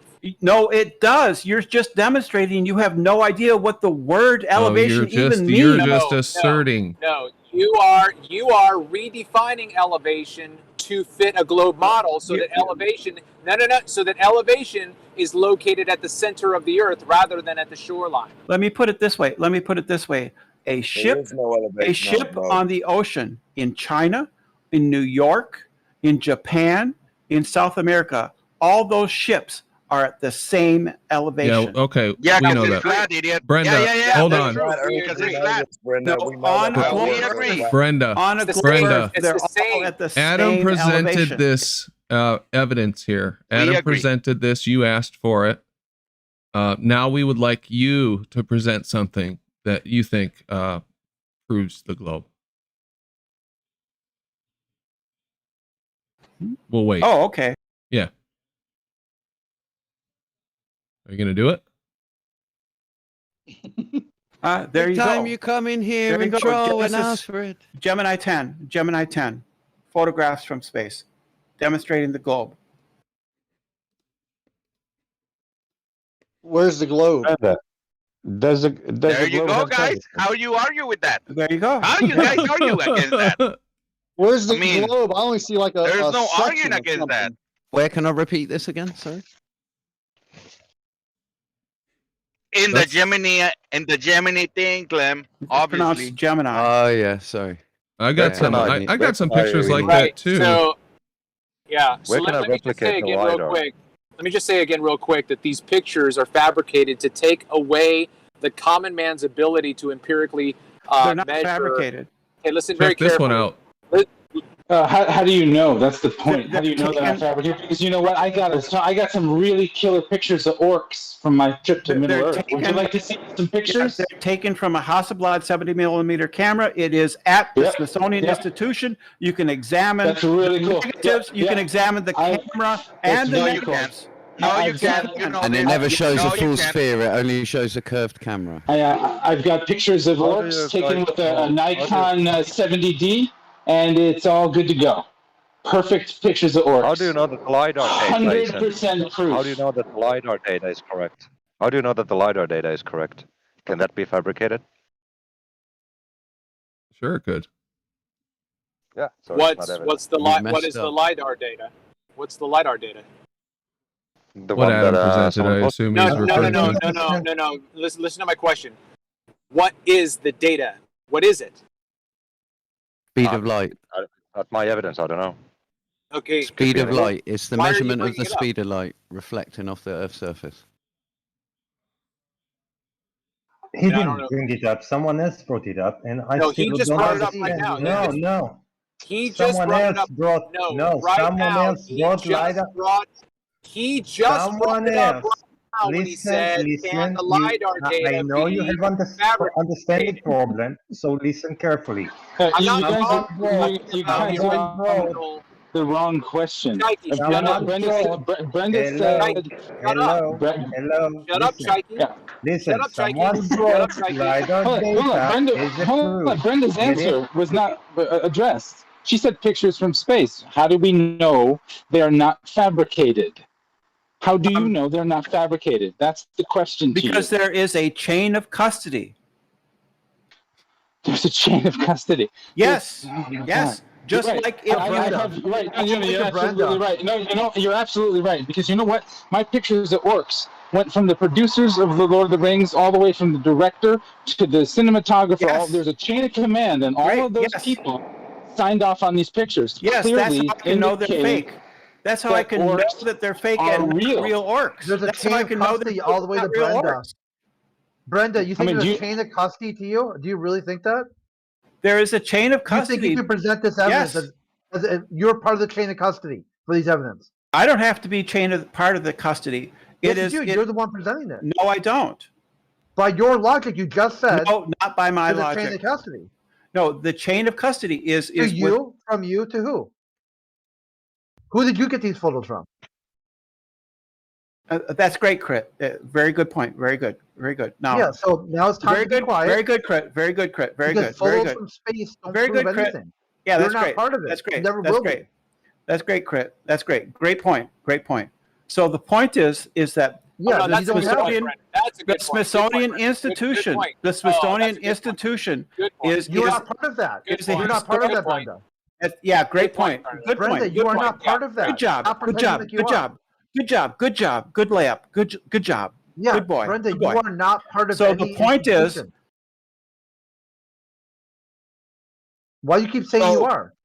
You're So, not. Brandon, I just wanna. So you make the claim, Brenda. It's a chain of custody. Now demonstrate that chain of custody. yeah, go to the Smithsonian Institution and No, ask no. them. You brought it up. You brought it up. You presented. No, you have. You're No, questioning it. you're the only You one. brought it up. You're Can I questioning jump it. in? When Well, the next picture, time that you brought something about the flat Earth, I'm gonna Listen, ask you silent. to The present. Smithsonian Fuck you, Chai. Institution is the official historical record for the United States of America. They are charged with maintaining the history and documents of the United States of America, and that is what they do. okay, during the chain of custody, wow. hold on, guys, real quick. During the chain of custody, would somebody have a chance to manipulate the photos? Yes, blue fairies could have magicked the humans that are blue in charge. fairies could have magicked a different photograph in there. Yes, you're right. Blue fairies could have done that. The humans that are in charge of Orcs hold on. could have broken in and stolen the originals and replaced them. Or orcs could have done that. Orcs could do that. So could the hobbits. The hobbits Or a are human master being like you with thieves. biases. All right, Brenda. Thank you for joining the show. I This is a- appreciate it. We're done. Have a good night. The Guys. people that are Brenda. the people that are holding those pictures during that chain of custody, they would have ample opportunity to manipulate the photos.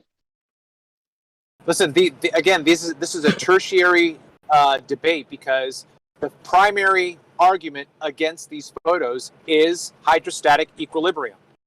The mechanics of water, we cannot produce water in large scale that curves in any fashion.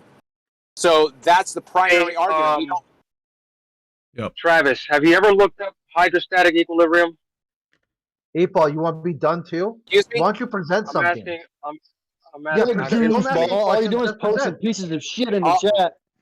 Hey, yeah, right. Paul, It's actually just step up where Brenda fell. That's not my name. Yeah, step up where Brenda fell and pick it up. Pick the ball up. Come on, you guys got RC was I'm asking Travis. Have you ever looked up what hydrostatic equilibrium? Yeah, just present evidence. Don't ask anything. Okay. Yeah, you can look it up. What evidence do you have to present? Equilibrium is I've just been presenting evidence. like liquid and gas that flow. Hydrostatic, liquid, water. Static, it's staying the force. And what's the force involved in hydrostatic equilibrium? It doesn't deform. Look it doesn't change. So the liquid tends to stay the same, even though there's force and pressure being applied to the liquid or the fluid or whatever. That's all. And whenever you look up hydrostatic equilibrium, what is the force involved? What does it mention? Medium, another medium on top of that medium, the background electromagnetic medium of the ether that the medium is mixed in. Who knows? You're trying to say that it's gravity. Maybe it's the dome putting pressure on the fluid air medium. Let's see here. What? Here's a good one. So anyway, I just wanted to say about the pictures from space. We have no way to verify any of those pictures from space. I have no more a way to verify this picture of space than I do this picture of space, to be honest with you. At the end of the day, you're trusting someone. And we obviously wouldn't be flat earthers. B-Ball, just real or quick, in this discussion. Hold on. What the fuck? We wouldn't be in this discussion if we were willing to take NASA's word for everything. So notice Brenda didn't present any scientific evidence. She didn't present an actual argument. She just threw something out there to troll once again. So Brenda, fuck off. With regards to, so just real quick. Okay, yeah. Wait, hold on. I'm sorry, Adam. You're roboting real bad, Travis. B-Ball. Travis, we can't understand shit you're saying. Does that make you happier? It sounded a little better. Try it one more time. We didn't hear you, Travis. You're roboting real bad. Okay. Travis, we can't understand shit you're saying. Okay. I think he's already muted and we're just getting the residue or something. Does anybody, any Glober have a real argument, or a flat earther have something that we can, we have a chance of verifying? Or well, I mean, we would love to see actual evidence of a flat earth. You see it all the time, B-Ball. Or like maybe you see it all the time, B-Ball. You see evidence of the flat earth all the time. Or maybe like explaining. Go outside, B-Ball. Yeah, that's not enough. Going outside today. But the problem is you deny the science. You're a science denier. I'm a science. That's what I told you to do.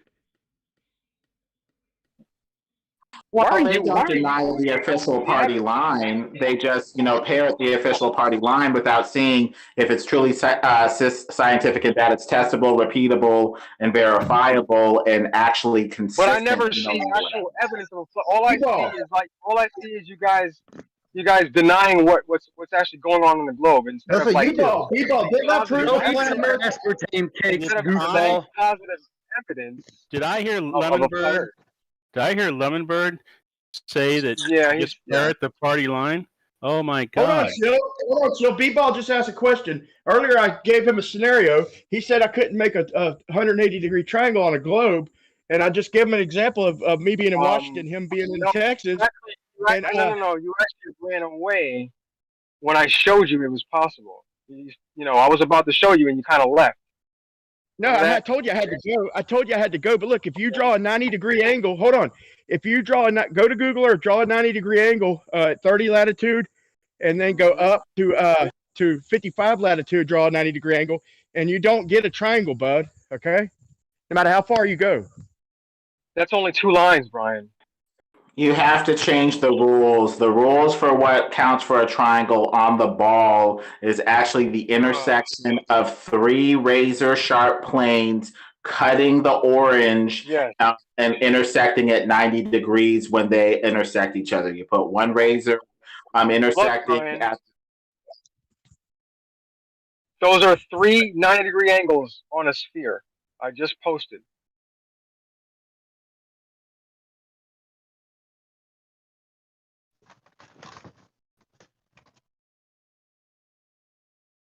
Now tell me that's not a triangle.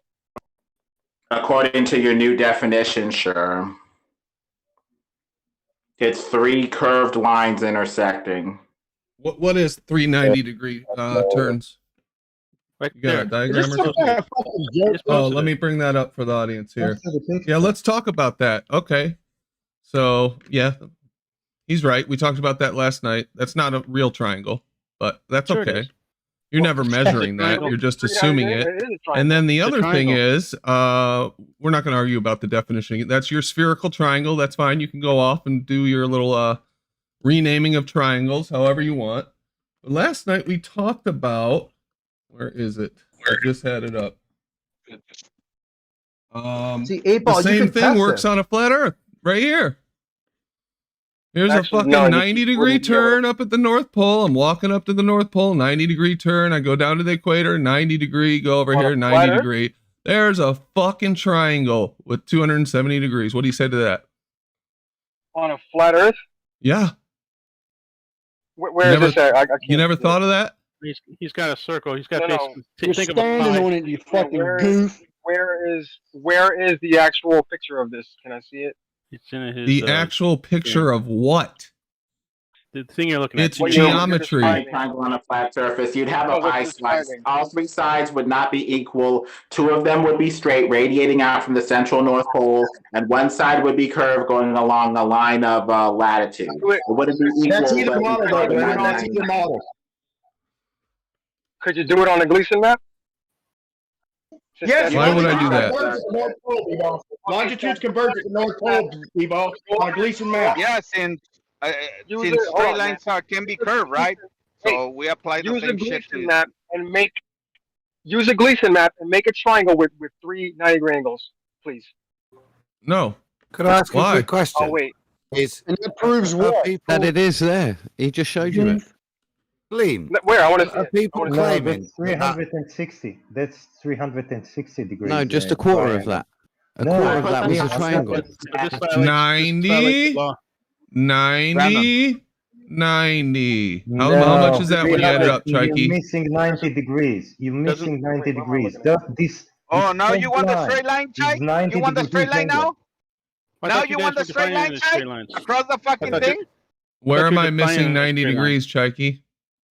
No, you're not. You're missing 90 degrees because it's a curved line. Every turn of little degree added together, it's 90 degrees. Are you retarded? We're talking about your fucking thing where you try to tell us that triangles have curved lines, and you have a problem with this being a curved line on mine. They're straight. They're straight. Well, I thought you were defining it as a straight line. I thought now you're using a curved line. Two straight lines and 1 curved line. Okay. Wait, we're demonstrating the stupidity that you guys have. Yeah. I got you. So if you you weren't so dense, you would understand the point. Transform the coordinates. Gotcha. Okay, it's fine. You can do this on anyone who's in the military. Just right face, forward march. Right face, forward march.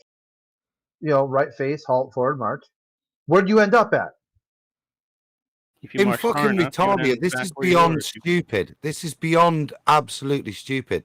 Why are we arguing whether that's a triangle? It's not a triangle. It's 3 points on a sphere.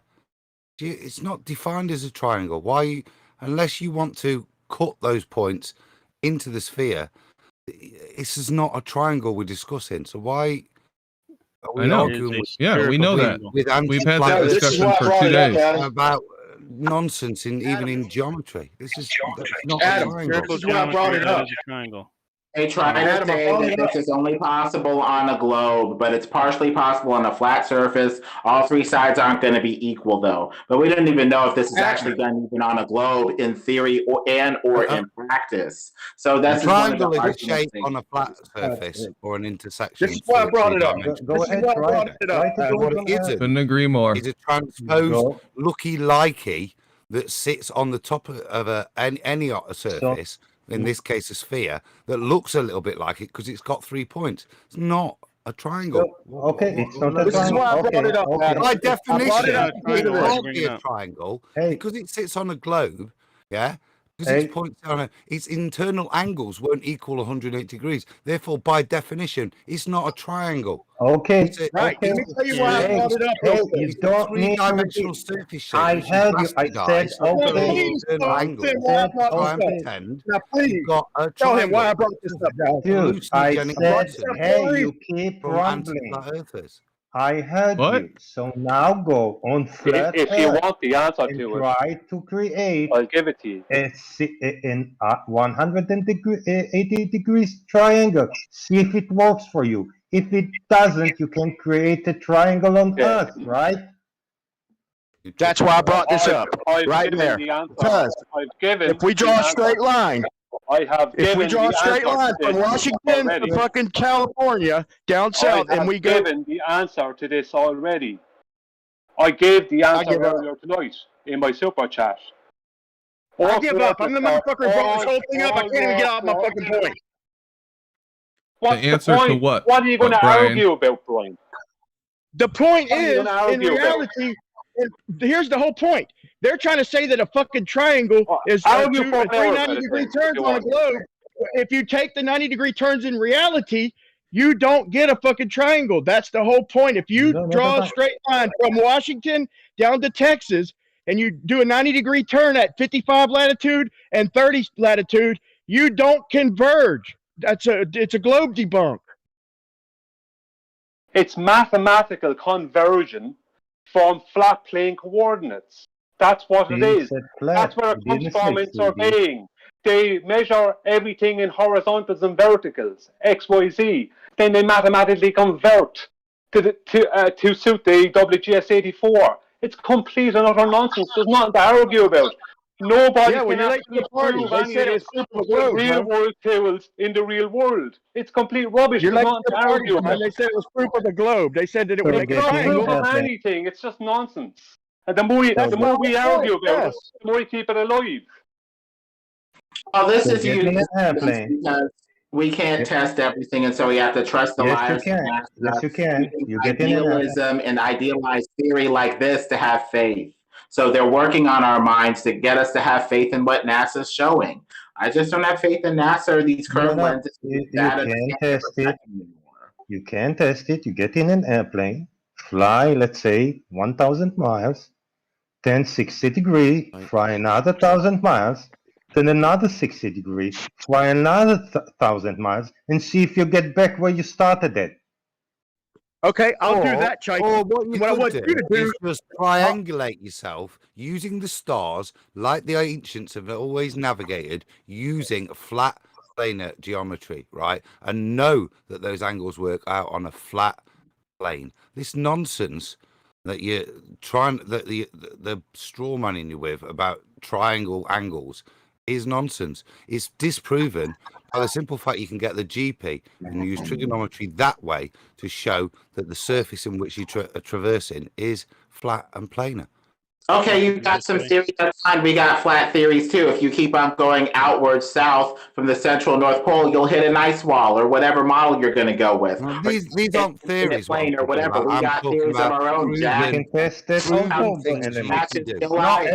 I could go out to the front. I could go. You can go out on a boat and you can navigate using this trigonometry. You can do that. It's done. It's there, right? Not all these mystical things turning into the Super Mario Brothers plumbing from one side of the states to the others. Go out. You can do it. Yeah, it's there. It works, and it works because it's a flat plane on which we sit atop. No, sorry, nice try, but no. I agree. It does work in reality. Where their heads at? Their heads on a ball though, and they're full of shit. I agree with you, Adam.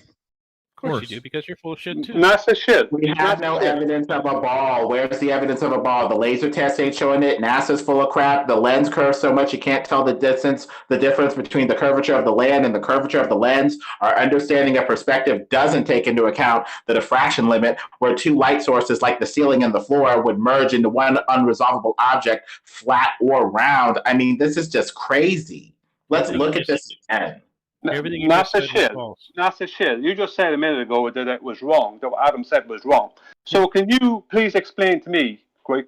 Can you explain to me how a circle can have a curved radius? A circle can what? A curved radius. Cold rating.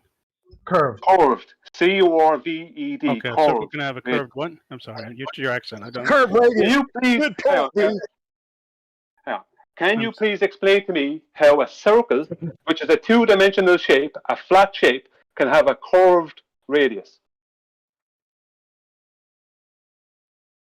Two-dimensional. No, I that's don't understand the fucking question. I really don't. We know you don't understand. You just told Adam that he was completely wrong. And by saying that, what you're saying is that a two-dimensional circle can have a curved radius. You're saying that a radius line for a circle or a sphere is curved. Yeah, a circle is curved. We know that.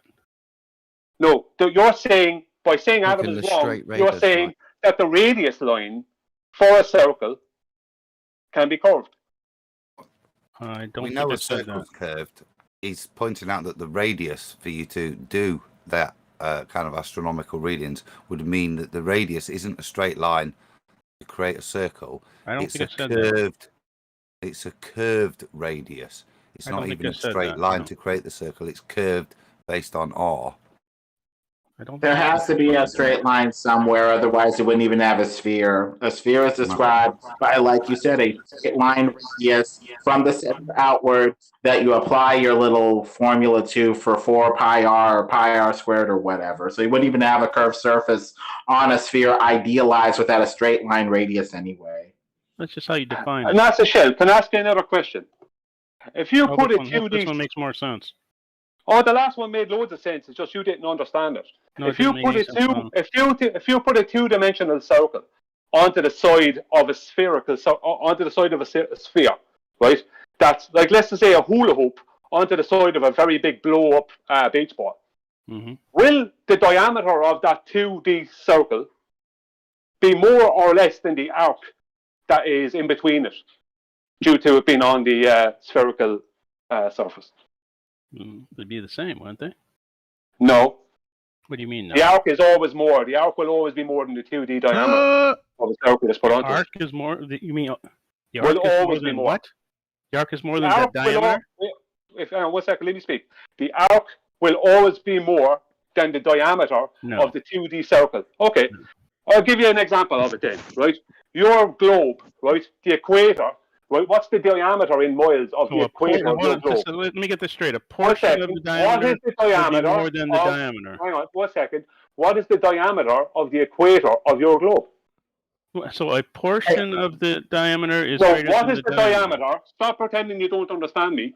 What is the diameter, right, distance in miles of the equator line of your globe? I want you Google. Hey, Jeremy, unmute Travis real quick. Oh, hold on. Don't change away from this. This is a good line of questioning. Keep going, Brian. Yeah, unmute Travis. Hang on. Thank you, Brian. Sorry, thank you, Brian. Thank you, Brandon. The equator line, right, on the sphere out is around, I think it's around 8,000 miles in diameter, or something like that, maybe 7,500 or 8,500 miles, something like that, right, in diameter. But the arc from any point on that equator line up and over and through the North Pole and down to the other side to touch the equator line again, any longitude line touching that equator line, if you follow it right up and over, the ones that go up, bring it up and over the North Pole and back down again, that will be bigger in distance than the equator line. Now, when it comes to sextants, what they do is they create what's called they create a radius by using the water underneath the boat. they take an angle. Using that water underneath the boat, they create a radius line, which is a straight line coming out from underneath the boat, right, heading towards the horizon, and they create an angle to a star or the sun or whatever above the horizon. Now, that radius they create can be thousands of miles in distance. So let's say it's a 3,000 mile radius, then the diameter is going to be 6,000 miles. That's 6,000 straight line miles that they're using to navigate, and they navigate within. And that's only one. They actually use 2 to 3 to triangulate their position at sea. So when they do that, they're using 2 to 3 circles of what's known as equal altitude, right? They're using 2 or 3, and where they intersect, they find out where their position is. They're using thousands of miles in several directions all at one time, and all presumed to be flat. And they get to their location within a mile or two of their location, and often it's within a couple of 100 meters. Brian, can I just clarify the point? Your first thing was wrong. The polar diameter. Let me just clarify, because before Brian gets strawman, because I know what's going to happen, because I think how the point may have been misunderstood there. What Brian said, it doesn't matter whether you're talking just the diameter. If you take any sectional cut through the circle, then the length of the cut that bisects the circumference will always be less than the length of the arc that it creates by its bisection.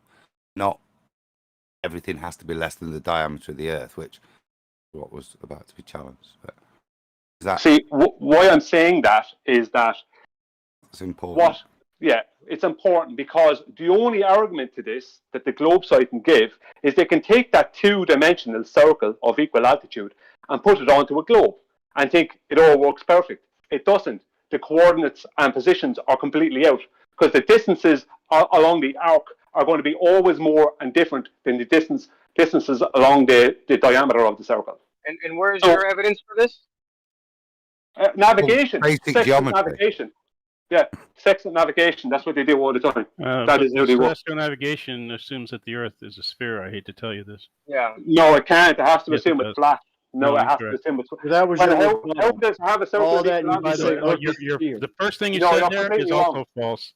The polar diameter is less than the equatorial diameter. It's pretty damn close. I didn't say anything about different diameters. Yes, you did. I said the diameter. The diameter of your equator, the diameter of the equator, in accordance with the arc of the Earth over it.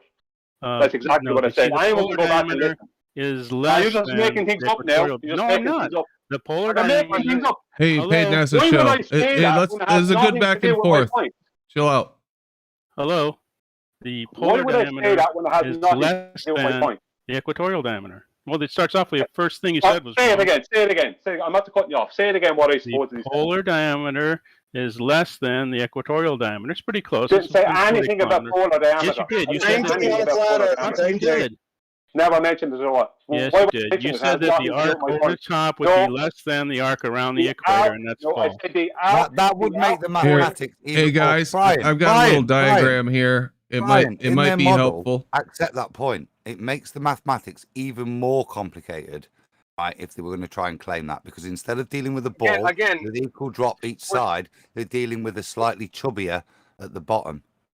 It might be helpful to if you guys will just take a look at my screen, paid NASA Shell, and others who don't understand Brian's point. I'll just tell it to you very quickly. So on the left, you're looking down on the circle, the hula hoop, right? And you draw a straight line diameter. That's the diameter of the circle. That's a certain distance. And when you're looking at it from the side, this hump in the middle sticking out of the hula hoop, that's the arc.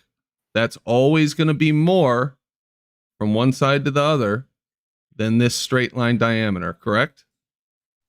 Okay, Brian, so are you assuming that the Earth is a disk? Do you get it now, paid NASA Shill? Do you understand it now? Is that what he's saying? Are we saying the Earth is a flat disk? Sorry, could we just leave paid NASA Shill answer that? Yeah, do you understand now, paid NASA Shill? So that's what he's trying to say. So, Brian, you do understand, yes or no? Do you see? Yeah, okay. Okay. But do you see how he has been arguing the whole time and he didn't understand the argument? No, I didn't. And he's been denying it. He was playing stupid. He knew exactly.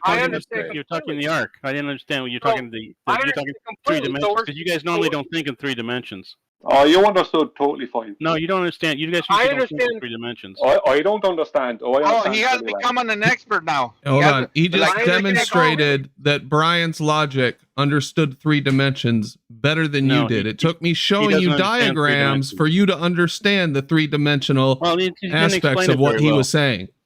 He didn't explain it very well. Sorry. I explained it fine. You were trying not to listen understood to it. what you were claiming. Of course you understood it. You probably heard this drivel before. I understand it Still no. completely. So are we? Wow. So are we saying that the Earth is a we flat disk, understood a him. round disk? We're saying Are we going with? Are we going with that model? I don't. Hang on. 1 second. 1 second. Understood it. 1 second. I'm not saying it's a flat disk. I don't know what the parameters of it are. I'm saying that waters lie flat because they have to for the sextant to work. The sextant does work, so they lie flat. I'd like to hear the response as to how, with what Brian's just explained, that you can now pretend to triangulate stuff. So it seems like we're still that your arguing what, circle trying to poke is holes going into to the globe change model. But we're exponentially still based on not R. understanding how the flat Earth model works. Hey, This Urka's is life. not I know poking you're holes really into- trying hard to obfuscate away from paid NASA shills, just utter buffoonery and dumbassery. But maybe just, No one's trying to poke holes in anything. We're just pointing out something that happens in reality and the way it has to happen for it to work. Something that is used all the time and has been used possibly for, I don't know, decades, maybe a couple of 100 years, for as long as the sextant has been in use. That's how they've had to use it. They've had to pre-assume flat.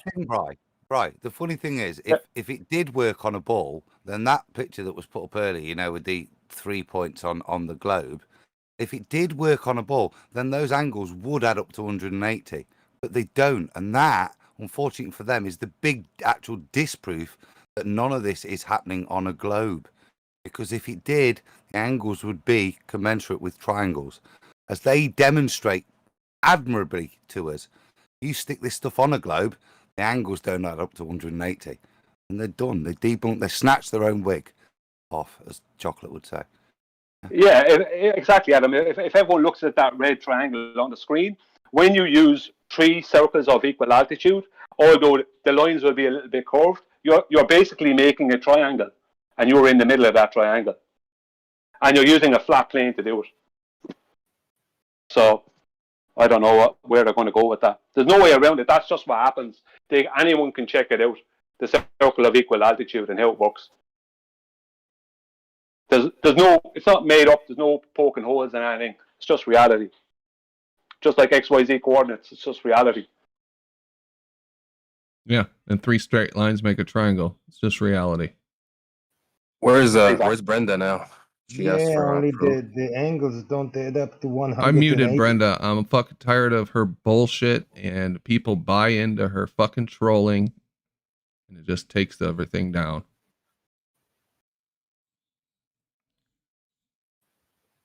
Spent 25 minutes, I think, not responding to the evidence she'd asked for. Right. And then her evidence that she provided was a fucking NASA photo.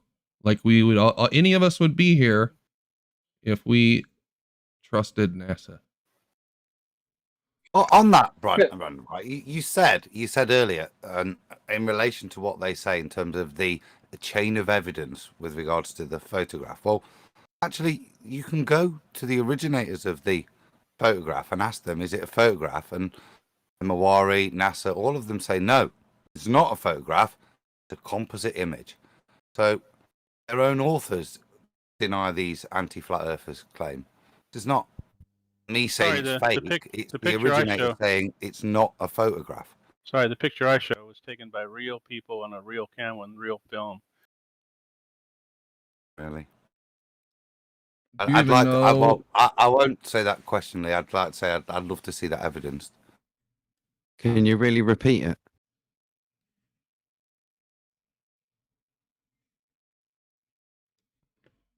Is this real paid NASA shill or is this fake?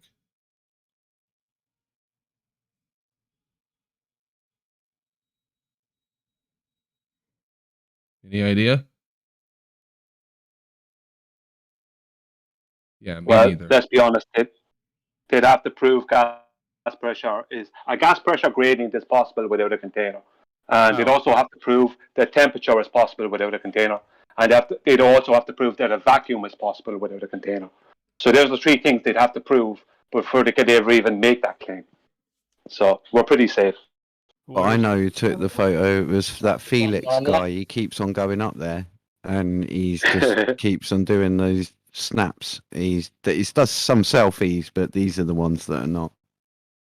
Gleam, if it was the other way around, you're on the other side, wouldn't you be really embarrassed that this is what you've got as your evidence? I am. No, that's what I am. That's why I disown myself from them completely. That is not me. I could no way present something like this. Switzerland. You're Switzerland to me. I don't mean that. I mean, in terms of, even as you, if you were going to present, is that evidence you would bring to? No way. That shouldn't be. Or the other? No. Any photograph, to just say a photograph proves something is.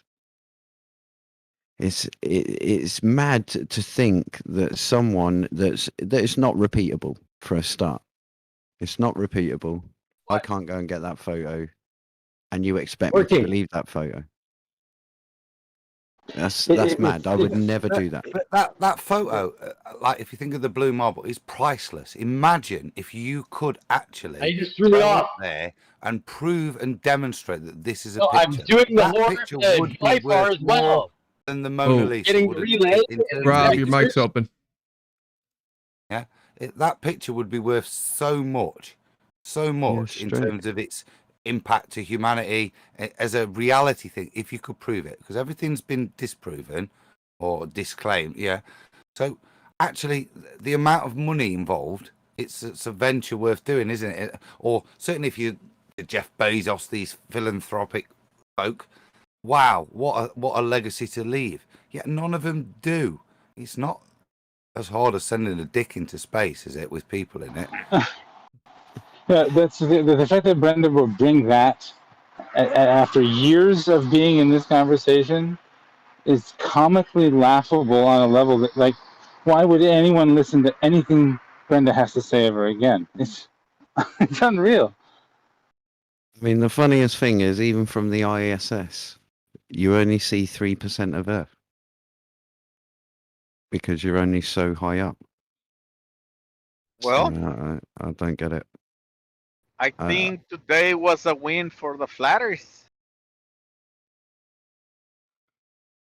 Yeah, we tend to think that 250 miles, when they say, oh, the ISS is 250 miles up, like that's a long fucking way. Talking about the surface of the Earth is, thousands and thousands, tens of thousands of miles. At least 2 hours down the road. Right? It's 2 hours down the road by car. The state I live in is like fucking 5 times as wide. It's not very high. So why wouldn't we think that you can get 250 miles up? I don't know. Or even 60. That was a real joke when they were trying to use the Blue Origin and those flights that happened recently as some kind of breakthrough. Like we should all of a sudden think that everything from NASA is real because they shot a fucking rocket up 60 miles? What? That's a grasping at straws. I don't have any belief. When I say belief, I can only believe it. I don't have any belief that there's any evidence of anything after about 36 miles. There is no actual evidence that you or me could actually go and get. Yeah. That anything goes past that. After that point, the only claim we have is sounding rockets, and sounding rockets are claimed to go up into a vacuum, right? That's an uncontained vacuum, and release a payload, and that payload comes back down to the Earth, and then we're told that we have all these different spherical layers of the atmosphere, right? There's no evidence past that point. That there is no evidence past 36 miles that does anything. And after 10 miles, everything starts to heat up. So it continually gets warmer and warmer and warmer after 10 miles. All through what they call the stratosphere, right? It's just a stratus plane. All through that, from the bottom up towards the top, it continually heats up. And they claim after that then it cools down, but there's no evidence of anything after that. And they claim that the reason it heats up is due to the ozone layer. But ozone at its highest concentration at about 18 to 22 miles up, right? At its highest concentration, according to NASA, is only 15 parts per million. So that's nothing. That is not a layer. So whatever is up there, which is the ceiling of some kind, is obviously being heated in some way. By maybe it's what do they call the heat? The sun will be causing it, but it's not being. What's the heat? There's 3 types of heat. It's not kinetic. It's when there's it does not. Sorry, one. Convection. Yeah, it's there's 3 types of heat. There's 3 types of heat. What's the one I'm thinking of?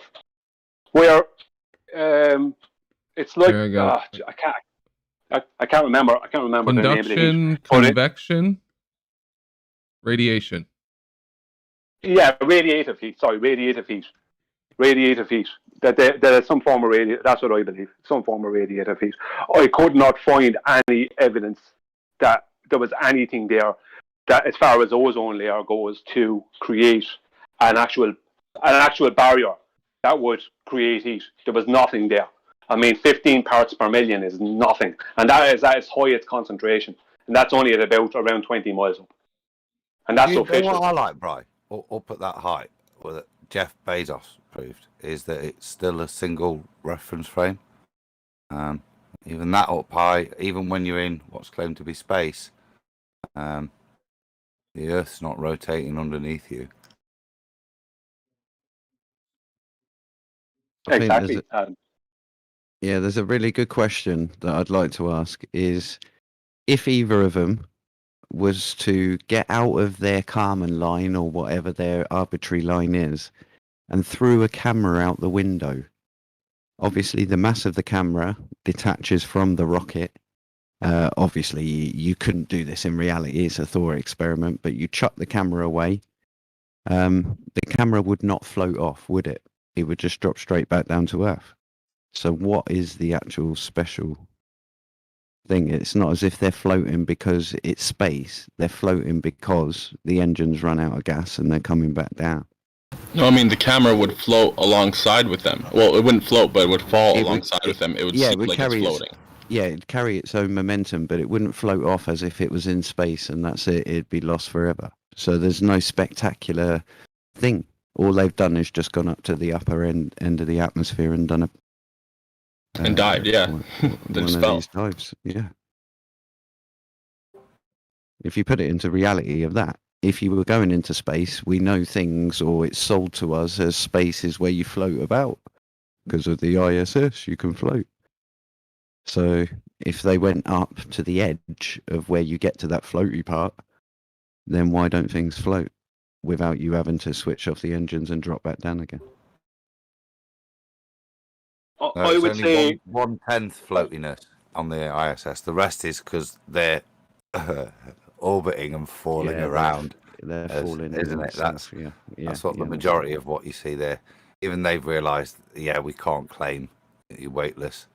I mean, they did it first, didn't they? They claimed they were weightless first, so you believed in the illusion.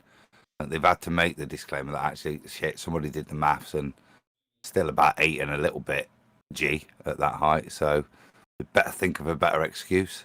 No, we're still falling. It's basically a vomit comet. Is the reality. The biggest bullshit is like when they say the higher you go, the slower you fall down, which is like completely antithetical to all of our experiences and stuff in life when you're dropping something through air and then water or what have you. It just absolutely does not make any sense that the higher you go, the less dense the medium, the slower it falls, which is what they try to claim. In the case of the ISS, you have to fall faster to keep falling in front of the thing with a bigger orbit. We use that dirty word of the Earth. You'd have to be falling faster because your circumferential distance is bigger, isn't it? So you've got to fall faster, not slower. Because if you slowed, either fall into it or miss it and it disappear. And the thing that you're falling around is also moving extremely quickly, 66,000 miles an hour. And yet you continue to fall around this thing in perfect synchronization without its movement throwing your track off in any way. Forgot it's falling around the sun, isn't it? So that, yeah. And then you've got to dodge that big moon as well. Sometimes that doesn't get in the way. Huh. Felix it's Baumgartner. quite the story to swallow, that's for sure. I'll take it back. It doesn't have to go faster. It has to go faster, slower, sometimes the same speed. It has to vary, the ISS, doesn't it, to keep up with all of those different moments so that it maintains its stationary orbit or dodgy orbit around the Earth. But to accommodate for all of those things, it's going to have to do. Well, they'll just invoke reference frames, the mathematical magic trick where they can wave their hand and say reference frames. No, Brandon, what they would say to that is that there's all these vectors of movement, but they total to one actual movement, even though the vectors, it's made up a whole bunch of different magnitudes and directions. In the end, you add them all together and you'll have one direction and with whatever force that you're traveling in. That's my point. Those vectors, when they add up, commensurate to give you the opinion that the view from the Earth that the ISS is constantly just doing a lovely circle around you. Yeah, but the reality is those vectors that are required to generate that with all the other movements aren't smooth. They're not circular. Yeah, some of them are up, some of them are down, some of the others. Sometimes it's got to do magical things to allow it to get to that position. Yeah, suddenly slow down massively, suddenly speed up massively based on its position. That's the point. If you've got multiple, and Brandon gives the disclaimer, but if you've got multiple movements and they then stick them into different reference frames, if you don't, then to accommodate for that, it requires those vectors to change massively to give you that, like I say, that view from the Earth that it's doing a circular motion above you. I don't know about you guys, but go ahead, Brian. Go ahead. I was just saying, Brian, earlier on there was a claim, not a claim, but someone was saying that there is a claim that you fall slower the higher you go up. Well, I don't really get involved in the whole ISS thing and all that. I don't beg the question. Even as a joke, I don't do it. But as far as that goes, Felix Baumgartner disproved that as he accelerated faster, supposedly, and started slowing down as he got into denser air. So did they ever release the actual data sets to the public for his jump? Yeah, I think he did. I think he done 3 jumps in total, and he released all the data for it. I think I went on the website and got all the data, or saw all the data points. It was at least for that last one. Okay, because when I looked for it previously, it said it. I don't know. I ran into some roadblock. I think I remember seeing that it was being kept proprietary for some project or something, but I could be wrong. Yeah, I think it was on the Red Bull official site. Yeah. Let me have a check. I'll have a check.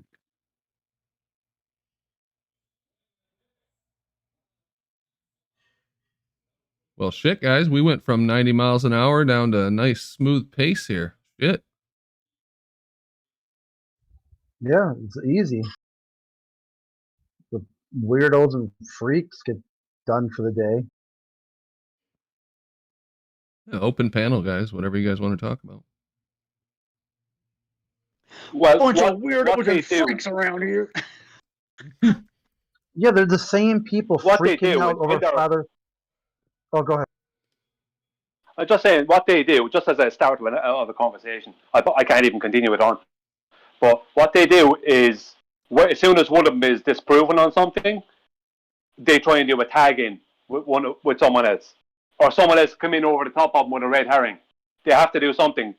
That's what happened with Payne Nasa Chill. He was proven wrong. So he had to disappear. Because even who else was in there? Was that Carlos Pagan, who was saying something else and came in with a different argument over the top? You know, it was like, it's always like tagging your buddy because you're in trouble, kind of stuff. That's how they work it, isn't it? It's constantly tactics. That's all they have. Now, what else could you come up with if you had no proof of your globe? You're right to call that out, Brian, because I noticed that when you had paid NASA show kind of pegged with that arc verse diameter thing. I don't know if he actually didn't get it or was just pretending not to get it. Earth as life was desperate to change the subject. They have to. They have to act like That's you know all they what you're got. talking about. Seems like I missed the fun. Yeah, look at, and they always complain about me spamming. Look at 8-Ball spams the same 5 memes every day, thinking he debunked the flat Earth. Never talked about the globe. Every day resets back to this. And somehow it's my fault? No, they did that to themselves. They're unable to think or follow any sort of logical argument. They can't prove the globe, so they just freak out every day. You know what April? You guys Oh, hear sorry, me? Earth is life. Sorry. Someone can you hear me? Yeah, go ahead, man. I did have a topic that was brought up early on in the flat Earth debate 5 years ago. I don't really hear anybody talking about it anymore, but the artificial horizon on an airplane. You guys know? Yeah, what about it? So early on, it was if you want to talk about the mechanical ones, not the ball people will quickly switch to the ring laser gyro. But Right, cut out. The short answer is artificial is Can I artificial. be rude? Can I be rude here? Wait, let him finish, man. He cut out, didn't No, he's No, still I'm still talking. talking. So Oh, my bad. one of the earlier arguments was if you're, say, on the east coast of the United States and you set a plane artificial horizon, it will extend infinite into space, correct? Yeah, evidently, Sorry, yeah. Yeah, I think so. Right.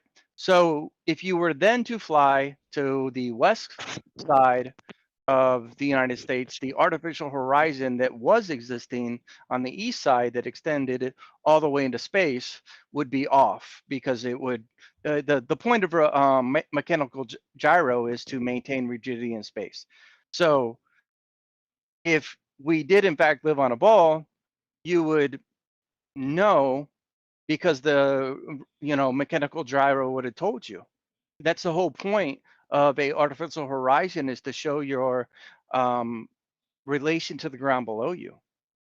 Yeah, but I don't think they make the artificial horizon from a mechanical gyro. They used to. I thought it was a barometer. No, artificial horizon is one of two things. It's either one, a vacuum driven gyro, or two, it's from an AHAR system, which is inertial reference system. So the older ones that weren't technical, right, before we got the ring laser, which is a interferometer, was essentially it would maintain its rigidity in space. No, And yeah, they're all non-inertial. No, not the old ones that are still in most 6-pack air, like smaller general aviation, are vacuum driven, and they have pendulous vanes on them, so that's not exactly rigidity. It's not rigidity in space. It's not a free spinning gyro. does it correct And for then the check your curvature inbox. below? It corrects for the downward force of weight by having pendulous vanes on it. So they That's argue not true. gravity is what you would say. Yes. What are pendulous vanes doing He's up there? wrong. RC that's incorrect.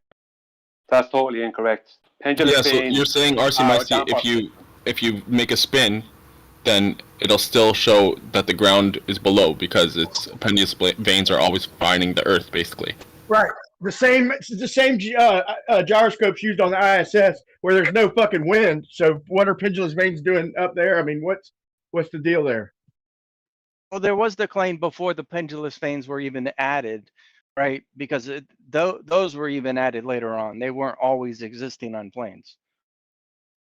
The pendulous veins. Gravity. Pendulous veins.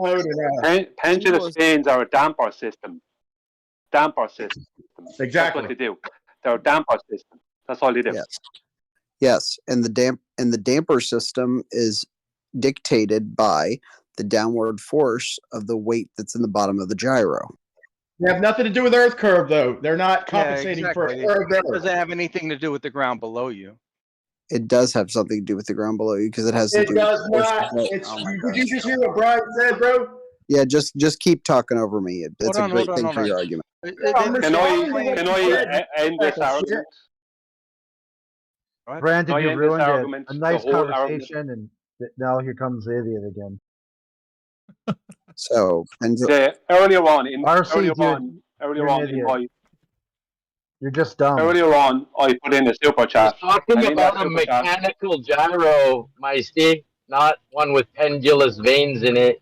And I am talking about an artificial horizon, which was what he is talking about. And all modern artificial horizons from about 1953 on have pendulous vanes in them, which are dictated by the weights that are in the bottom of the gyro. Now, why in the pendulous world vanes care about the shape of the Earth? I mean, gyros care about the shape of the Earth now. That's his claim, people. He's desperate. Can I just address that point? Was it 1953 that they were installed? So are we saying that somehow the artificial horizon before that date did change and vary at the rate of No, artificial horizons before that were usually simply mechanical springs that had weights in the bottom of them that were. What good would a gyro do? What good would a gyro do? Brian, come on, man. Just keep screaming, Brian. It's a great argument. Bro, what good would a gyroscope do if it was weighted at the bottom? You are fucking retarded, dude. A gyroscope is only useful because of its rigidity in space, bro. Keep yelling about things you don't know. It's a good argument. The pendulous vanes were included to help the gyro find its center again after maneuvers of the plane. Good job. Maneuvers of the plane is what causes it. Yeah, good job. If you just had to wait, oh my gosh, gosh. just had weight, so then that would be fine, wouldn't it? So and if they're the things that are correcting, then there wouldn't be a need for a gyro. If the weights can correct the gyro, then there's no need for a gyro. The weights don't correct the gyro; they dampen it during extreme stresses, so that's not what stop the gyro going into topple. That's the purpose of a pendulous vane. It's not exactly right, Adam. Align the gyro. It's to stop it falling off the top. Yes, everyone in here who's never everyone in here who's never actually used one, keep talking to the person who's used one for 25 years. Bullshit. All I was saying was, and who was that? From my perspective, when I learned to fly 25 years ago, there was all in airplanes that had vacuum-driven gyros in them. I'm not sure you stabilize. Did you radiate the gyro on the ground, or did you just get up in the air and do it? 25 years in airplanes. Yeah. When you were setting your gyro and your level, did you do it on the ground first to make sure everything was stable and set, so that you had your baseline, or did you just take off and think, wow, the pendulous vanes will sort that out? The pendulous vanes are the things that sort it out on the ground. You don't have to adjust an artificial horizon. In fact, because it has pendulous vanes, the only did you calibrate it on the ground? You don't calibrate it on the ground and allow. you don't calibrate it on the ground. You set the artificial horizon from the place you're taking off from, but no, you don't. Do you start the gyro when you're taking off, or before you take off? You're getting the directional gyro. When do you start the gyro up? On the ground. Directional gyro and the attitude. Can you shut up for a second, Adam? I'm trying to explain to you, teach you something here. Once you've taken off. You do not set an attitude indicator, which when is you start the gyro. Would you shut up, Adam, and I'll talk to you about what's actually going on. You set the notch, you're not. Can you shut up? A directional gyro. Okay, guys, yeah, just talk over it. It makes no difference, right? So the point here is You that got you said nothing a to add. directional Big gyro. kids are talking now. Oh my gosh. Little babies Hold who on. can't even Let walk. me ask you this question. So let me actually get out the answer to the question. Well, you don't have a answers. directional You confess to this. gyro. When you set the horizon, does it extend into space or not? No. Pendulous veins prevent that. No, that's not the question I just asked you. You just asked, do they extend into space or not? I said no. Pendulous If veins you prevent set that. in your artificial horizon that That's you not what initially prevents it. set, does it extend infinitely in? No. It is not a free floating gyro. It is Not what I a asked. weighted pendulous vein induced gyro. I don't think Kyoto, you're so getting kind what of he's saying. explain a little more, elaborate on what you mean, because I don't think RC is understanding what you're asking. Is that your jungle's useless? A free spinning Chiodos, gyro. please means that it's elaborate going- on what RC.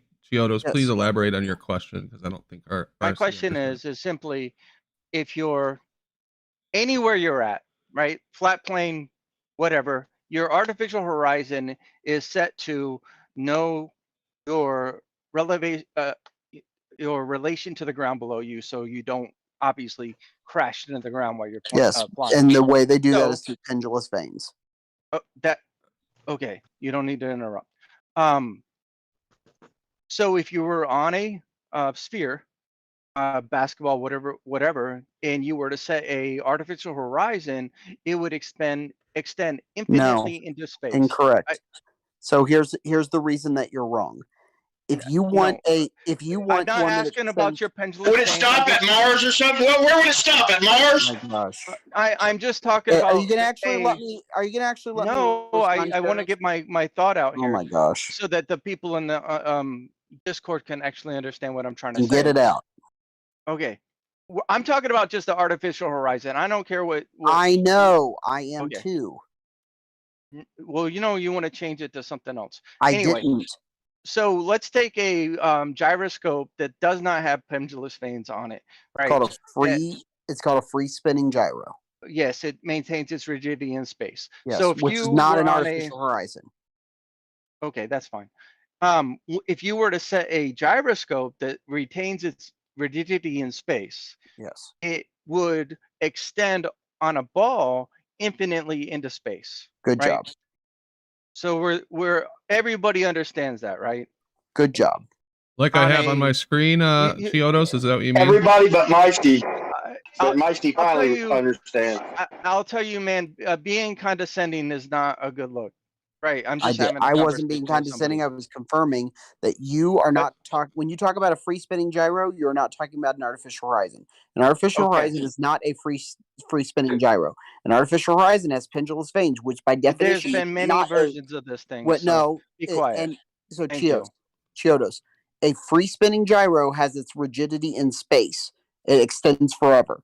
Ones with pendulous veins have weights on the bottom of them. You think pendulous veins are for Earth curve, bro? You are wrong. When did you hear? When did you if you've been a pilot since you was 2 years old? The pendulous veins is a fucking dampening system. It says it. Look it up, dumbass. Hold on. So does everybody kind of understand? Let me see Yes, what you're we talking about. understand your misconception. You thought it was a free spinning gyro. I corrected you and said, no, it's not a free spinning gyro. Hold on. So your diagram's correct. If on if you were to set a gyroscope, right, that maintains its rigidity in space, it would expand all the way infinitely. If it is a free spinning gyro, an artificial horizon is not a free spinning gyros have been brought on airplanes. Mr. Dravitz and Bob from Globebusters, and one other guy. We have brought gyroscopes free spinning on planes, and they are rigid in space, and they do not detect Brian, you're changing the bro. subject. Hold on. Go ahead, so to Chiodos. settle the debate, let's get. Would you be able to get a gyroscope that maintains without the whatever you're talking about, the pendulous veins? I'm familiar with them, right? And if you were to set, the whatever you want to call it, whatever verbiage, and you were to move on a sphere, to no longer, right? The orientation. You know what, Chiodos? That even has a name. It's called Earth Transport Precession, right? And there are indeed some aircraft from about the 1960s and 70s that would use things like free spinning gyros as backups for navigation purposes. So they would spin them up, set them at a specific latitude and longitude that they were taking off from. And what they would use it is before GPS, it would tell you how far have you gone from that point and in what direction. And that free spinning gyro would allow you to do that to a certain degree of accuracy. It wasn't all that helpful, and electronic, GPS and LORAN and that stuff replaced it very quickly from when it got accurate enough. And in fact, they still use these on some older boats to get a general understanding of where they're at. With a free spinning gyro. Could I ask Boise a few questions? But it works on the principle of, look it up. Everybody can Google it right now. Earth transport precession. I'm familiar with precession. Okay, no, Chiodos. Listen. Hey, hold up. Listen specifically. There is a different. It's called Earth transport precession. Everybody Google it now. All right, Teach. Thanks. So what was your point, Chiodo? So with saying, with the artificial horizon, obviously, if you point in any direction, the point you can extend it out into space indefinitely, right? If it's a free spinning gyro. No. If you point in a direction, you can extend it out into space indefinitely. Right. Yes. So the reason why he keeps on interrupting is because he knows the point that I'm trying to get to, and he won't let me get. No. Right? I'm correct. We'll get to it. So RC, let's let him get to the point. Can I address the weight fallacy, please? Hold on. Let him get to the point, and then you can go at him. Go ahead. All right. So if you were then to fly to another side of the ball, that artificial horizon would not, or whatever you want to call it, RC MIC, it would no longer show that you were, level with your previous horizon that you had set, right? And if you are using a free spinning gyro, yes. Right. But an artificial horizon is not a free spinning gyro. So are you saying that if I were to set a free spinning gyro as my artificial horizon, I couldn't use that term anymore? No, so in a free spinning, what would you, if you want to get into semantics? Yes, but yes, Chiodos, there are two types of gyros that we're talking about. One of them is a free. Chiodos, hold on. What verbiage would you like to be used instead of keep on interrupting that would reflect what he has in the diagram? You're trying to talk about two different types of gyros. One is a free spinning gyro, which maintains its rigidity in space, no matter. Then the second type of gyro, okay, as an attitude indicator, has pendulous vanes at the bottom. The pendulous vanes keep it erect, aka up and down. Hold up. Keep it erect, up and down, based on the force of gravity. Okay, because of its weight, keeps it up and down, and does not keep its rigidity. That's not correct.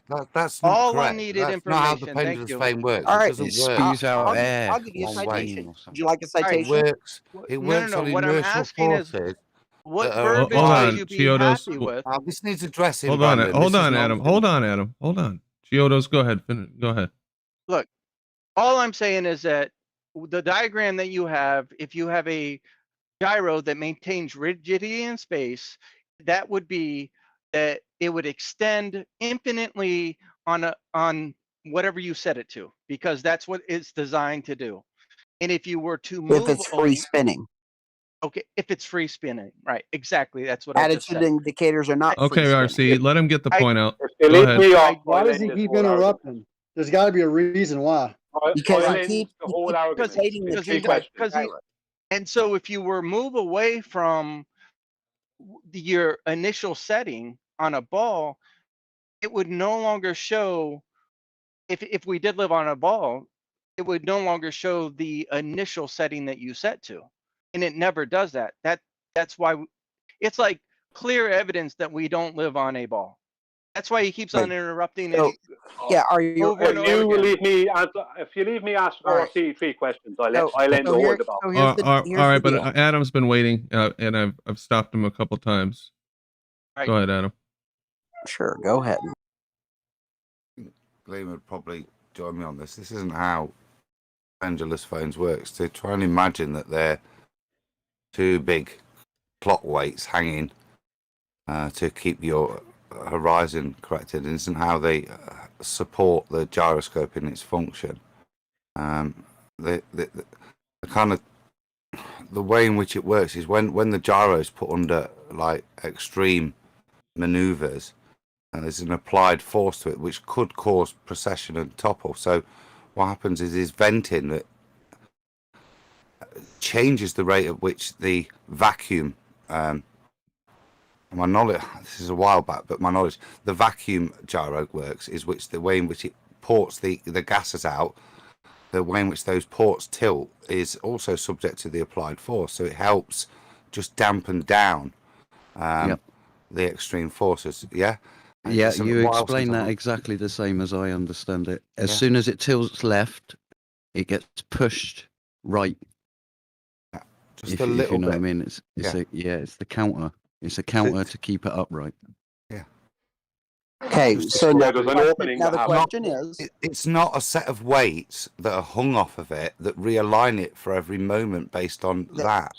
But that's why the pendulum swings are at the bottom. Here, let me actually post you the citations of how this works, because it's the fact that the pendulum vanes are at the bottom of them. It keeps them upright so that it's referenced to the ground at all times. Because if you don't, if you have a free spinning, listen, Adam. If you have a free spinning Adam, if you have a free spinning gyro, then you will see the precession. If you have pendulous vanes in it, you will not see the precession because it keeps it upright and parallel to the ground. Why do you see the precession? It's the applied force that operates. So it's that. All right, I just posted the differences so that you guys actually see and understand the differences. Adam, you are describing this is how pendulous vanes work. Great job. What you fail to distinguish is the fact that there's a difference between pendulous Jesus Christ, vanes. RC. You're failing to distinguish gyros with pendulous vanes versus gyros without pendulous vanes, aka free spinning gyros. I was quite happy without, because as I said, the pendulous vanes are the things. And why were they invented? What was the point in having a gyro if it never worked in the first place? Why would because you want to actually maintain a reference. I'll just let you ramble on nonsensically for a moment. It's not nonsensical. At least apply the same courtesy. At least apply the same courtesy. No. So here you go. I just posted here for you. No. Pendulous vanes give us a reference to horizon. A gyro gives us reference to wherever we spun the gyro up. Correct. Keep rambling. Oh, can I ask him those three questions? So I can't address the point you made if you want. Yeah, well, I guess why wouldn't we just have pendulous vanes? Why wouldn't we if you just guys have don't mind, real vanes? quick, if I could ask Brandon, did you get the point that I was trying to make? Not quite. No. The point you're trying to make, I'm going to make for you. You just have to. Maybe a diagram would help, Chiodos. Yeah, I just posted the correct diagrams there for them. RC, do you think that we're just going to look at your fucking diagrams and go, yo, that's reality? Well, because I mean, honestly, I have the correct information. Brandon, let me teach you something. Sit down, kindergarteners. Yep. Everybody gets a granola bar and listen to RC Meisty tell you how life is. I just posted the understanding me and Adam have. I can actually, if you want, it's totally savage. That is tomorrow, totally and I can take one of these apart for you on camera. Yeah, you'll reset tomorrow. I know. You keep cutting them off, RC Meisty. It makes you look really intense. Keep cutting them off. RC, how do you establish 0 degrees horizontal when you're flying? How do you know what 0 degrees horizontal is? That's my first question of 3. How do I know what 0 degrees horizontal is? Yeah. In terms of instruments? How do you know what 0 degrees horizontal is? How do you know what horizontal is? There's a 0 degrees. Based on the forces acting on the airplane. So what instrument will establish 0 degrees? Attitude indicator. I'm not speaking to you. He's coming in. The attitude indicator. I just said. Okay, attitude indicator. You've got the wrong attitude, Rumpus. Stay out. No, I haven't. You've got a wrong brain. RC Moisty, not Rumpus. RC Moisty. So if you bring the chord line of the airplane's wings below 0 degrees horizontal, will you still have lift? Yes. No, you won't. There is no Brian, lift. you're Once an you bring actual it past. idiot. If you think that simply No, because that's a complete lie. Anyone can check this. Anyone Brian, can check you're an online. idiot. If you bring the chord line of the airplane's wings below 0 degrees horizontal, you lose all lift. Because the pressure changes Brian, here, let me from tell underneath you the how. front. Hang on, the pressure changes, the positive pressure changes from underneath the front edge of the wing and goes to the top. No, Brian. Sorry, can I speak? You know airplanes can fly upside down, don't you? You do. Hey, this is not wrong. They still have to keep the chord line above horizontal to do that. No, they don't, Brian. Yes, they do. Yes, they do. Brian. Yes, So, they do. Brian, here. Yes, All right. they do. don't Yes, they do. Hey, Brandon, can I Oh, respond? leave me continue. No, leave me continue, because you have to get in the middle of me now when I'm trying to explain. You said they will still hold lift if you bring the chord line of the wings below 0 degrees horizontal. No, you said that. You said that. I said that they won't have lift. I asked you, would they have lift? I know. And you said no, or you said yeah, they would. Right? You said that the airplane would still have lift if you bring the chord line below 0 degrees horizontal. That's what you said. Now, you're 100% wrong on that. Because once you bring the chord line of the airplane's wings, Brian, oh my gosh. 1 degree above 0, right? Even below 1 degree above 0, you start to lose lift. And I'll tell you how it happens. Because I'll tell you why. Because the positive pressure that's underneath the front edge of the wing goes to the top of the wing. At the top front edge, it goes to the top. So the pressure switch as soon as you bring that chord line below 0 degrees horizontal. And that's why airplanes fly with their nose above horizontal, because it's not about the nose, it's about the chord line of the wings. Okay, Brandon, can I respond to this? And now let him respond. Let him tell you why you are wrong. Yep. You are wrong. Tell him why, not just tell him he's wrong. Yes. You should explain why. Shut up and I'll tell him. He was right. Shut up and I'll tell him. So, listening. Airplane loses lift. No, shut up, man. Come on, you don't know. Only. Let him tell us why Brian is wrong. Tell us. I don't know what he's saying. I can't hear what he's saying. Leave him respond. And you guys Why don't you guys all just shut up? I was just doing what he was doing to the other gentleman. Kept interrupting him. Go ahead, RC. Come on, go ahead, RC Meisty. An airplane's wing loses its lift when the angle of attack of the relative wind in the chord line is above what that critical angle of attack is. So, in most airplanes, like the airplane I fly each weekend, that's 14 degrees. So, if you have anything more than that, okay, if that angle attack is greater, then you lose your lift. What you're talking about is he's talking about the other end. He's switching to stall. I'm talking about Brian, 0 degrees horizontal. All right, you're fine, talking Brian. about You stall. don't actually listen to the answer. Fine. Have fun. No, I know what you're saying. There's two ways for that airplane to luse lift. Either they bring the chord line too high, or they bring the chord line below 0 degrees horizontal. You said when I asked you, will the plane still have lift if you bring the chord line below 0 degrees horizontal? And you said yes. That is a total lie. It's there. It's there on video, on audio. I know, Brian, you're wrong in saying that. You're wrong. You're wrong. That's funny because I had 5 pilots, 4 of them commercial pilots, couldn't prove me wrong on that. Yeah, so far, RC, you haven't provided a proper answer. You start talking about if you pull up too high, you'll stall. No one's talking about that. Okay. Okay, here's the definite. Okay, so I can actually respond. I want to know how you're going to support. Yeah, you don't have to rephrase it, Brian. He knows what the question is. It's all right. Well, no, the question. Am I going to actually? Can I respond? Actually. 1 second. I want to know how you're going to support that. Bringing the chord line of the airplane's wings below 0 degrees horizontal will still hold lift. Because I can get all kinds of links. I can get Boeing, anyone who's one. And again, he's not talking about pulling up. He's talking about like going down. Yes. Going straight. Horizontal. Right. Oh my God. Yeah, below 0 degrees means below, not pulling up. Let me know when you're done and I can respond. Go ahead. How are you exactly what I'm talking about? Are you going to distract from the actual question, Meisty? Are you guys Go on, ready? boys. You respond. Just let him Okay. go. Go. Okay. Brian, anytime the angle of attack, which is what you're talking about as the relative wind in the chord line, it can go below 0 degrees, it can go above 0 degrees.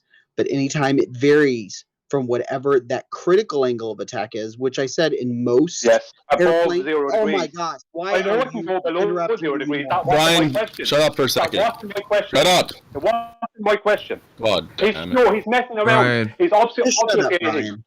That wasn't my RC, question. is the critical angle... Hold up, is the critical angle Never mind above the and critical below angle. 0 Never mind degrees? that. He's switching the words around. Hang on. He's switching the words around. I know what this is. He's switching the words around. Now, Moisty, will the airplane still have lift if you bring the chord line below 0 degrees horizontal? RC, is the critical angle above and Never mind below the 0 critical degrees? angle. Never mind critical angle. Never mind critical angle. I don't need your help. No offense, but I don't. Now, Moisty, if you bring the chord line of the airplane's wing below 0 degrees horizontal, will that airplane still have lift? Simple question. Yes. Crickets. Even I can answer it at this point. I said yes. RC's answer is yes, as long as it's within the critical angle. Hang on. RC Moisty's Brian, saying can you for shut up? 25 years. You just like Yeah, been just away say yes. for 5 minutes. So can you support that? So I can actually respond. Brian, Brandon, I hate to do this to you guys, but I have the answer. And whenever the wings are straight, when they don't have angle, they use. No, you don't have the answer. Listen, Brian, I'll explain to you. I used to build models, and this is how they do it. This is how they do it. Brian. I'm a flat earther. I don't need your help. Brian, I'm not helping you. I don't really know if you are. I'm not helping you. I'm telling you Hold your on. answer, bro. I don't need your help. All right, we'll your take a look at what bro. you got. Let Brian and Meisty work this out. Just you two go. All right. Yeah. Hang on. Just leave Moisty do it. All right, Moisty's Okay, saying so yes. are you gonna, Now we have to support that. Brandon, are you gonna let me respond or not? Go ahead, respond. Okay, can you shut Brian up for a second so I can get more than like 2 sentences out, maybe? Hurry up. All right. So here's the deal. I just posted. There is a critical angle of attack for every single airfoil in existence. That critical angle of attack is not above or below a 0 degree sum for it. It's simply that this is the speed at which this airfoil can fly and the angle of the relative wind to the chord at which it exists. Now that can be above or below. That would just be negative or positive G's that you are pulling. But every single airfoil has to exceed this angle of attack. It's the relative wind to the chord line. It has nothing to do. If you're going 1 degree below, aka -1, then that it's still going to fly because that's still within the envelope of that 17 degrees of relative wind. So you're just wrong. And I gave you the citation. No, wrong. There you go. No, what you did is Brian, you I just gave you the citation. So relative respond to wind, the citation. an angle of attack. What I already know about. That's why I simplified my question. I know about all those things, right? I asked you a very straight question, and I have out-debated 4 commercial pilots and 1 non-commercial pilot, who are long-term pilots, all of them, on this. None of them can prove it wrong. I have Boeing, everyone supporting me. You can't bring the chord line of the airplane's wings below 0 degrees horizontal. Because if you do, you lose lift. It changes the pressure differential. You're talking a load of rubbish. You're either lying or you're not really a pilot for 25 years. Okay, Brian, you're just That's wrong. funny because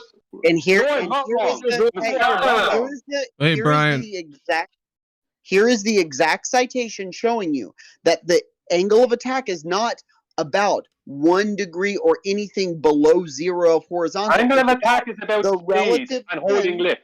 Oh my god. It's about lift and speed. No, it's your angle of about attack the has to relative change wind depending on your on speed. the wing. Well, I'll prove it to you. I'll prove it to you that the chord line. Here's your citation, I'll prove to Brian. everyone right now how much RC Moisty is lying. Right? When you add RC trust, Moisty hasn't got a negative scale. Yeah. When you add trust, it's not about a negative scale or What's not, the trust because this scale is about the relative wind. It's funny he's not letting me speak here.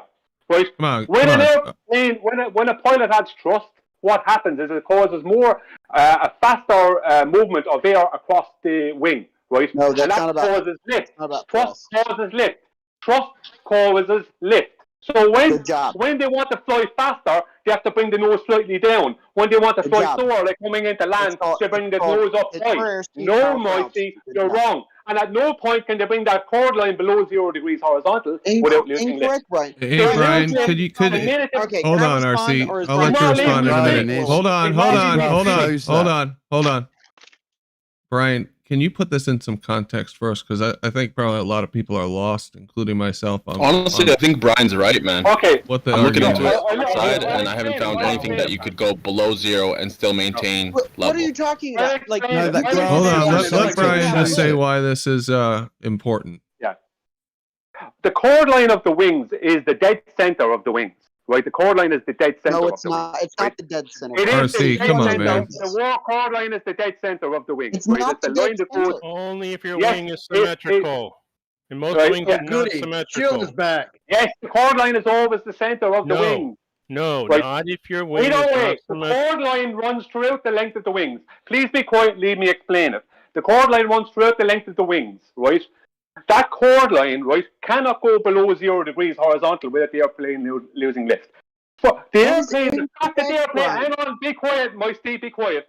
When you add thrust, which you need to fly, right, because the thrust overcomes the drag, right, when you add thrust, you create lift, right? When you create lift, you tilt up the nose. So when you want to fly, when you add a lot of thrust and you want to fly faster, the nose starts tilting up. So you have to bring the nose down, right, to fly faster. When they want to fly slower, when they want to fly slower, they bring the nose up to maintain lift.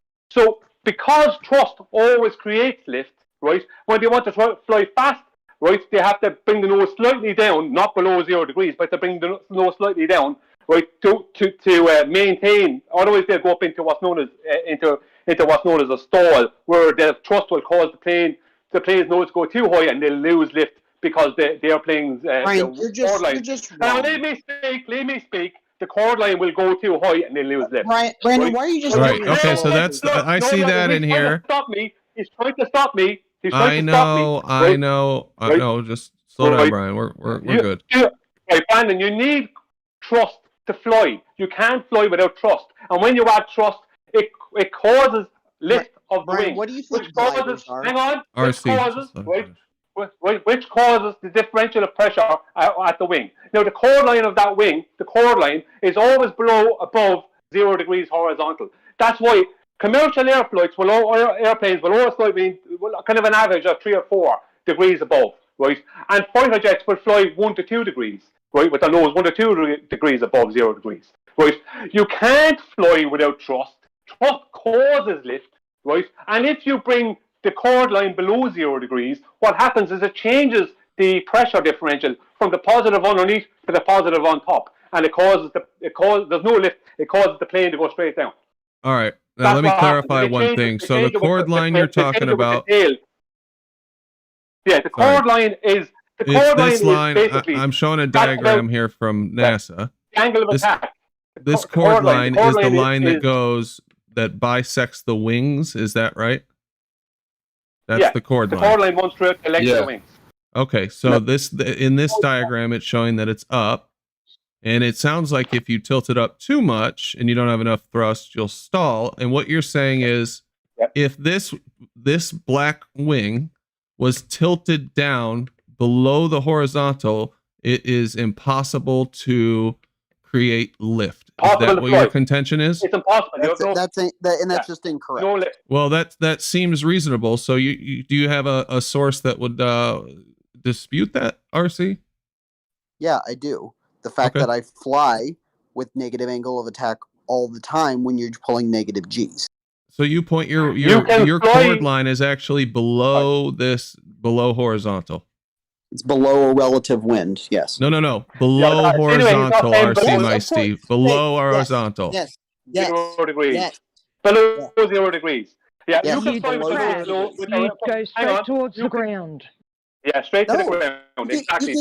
When you bring the chord line of the wing below 0 degrees horizontal. Can I ask, Brian, is this like the opposite of if you're in a boat and you floored it, and your bum goes down, it sticks the nose up, and if you do it too much, you'd flip the boat right over. The plane's the same. If you go down below the horizontal, it will make the plane go down towards the ground and maybe even roll over. Like sticking the nose of the boat into the water.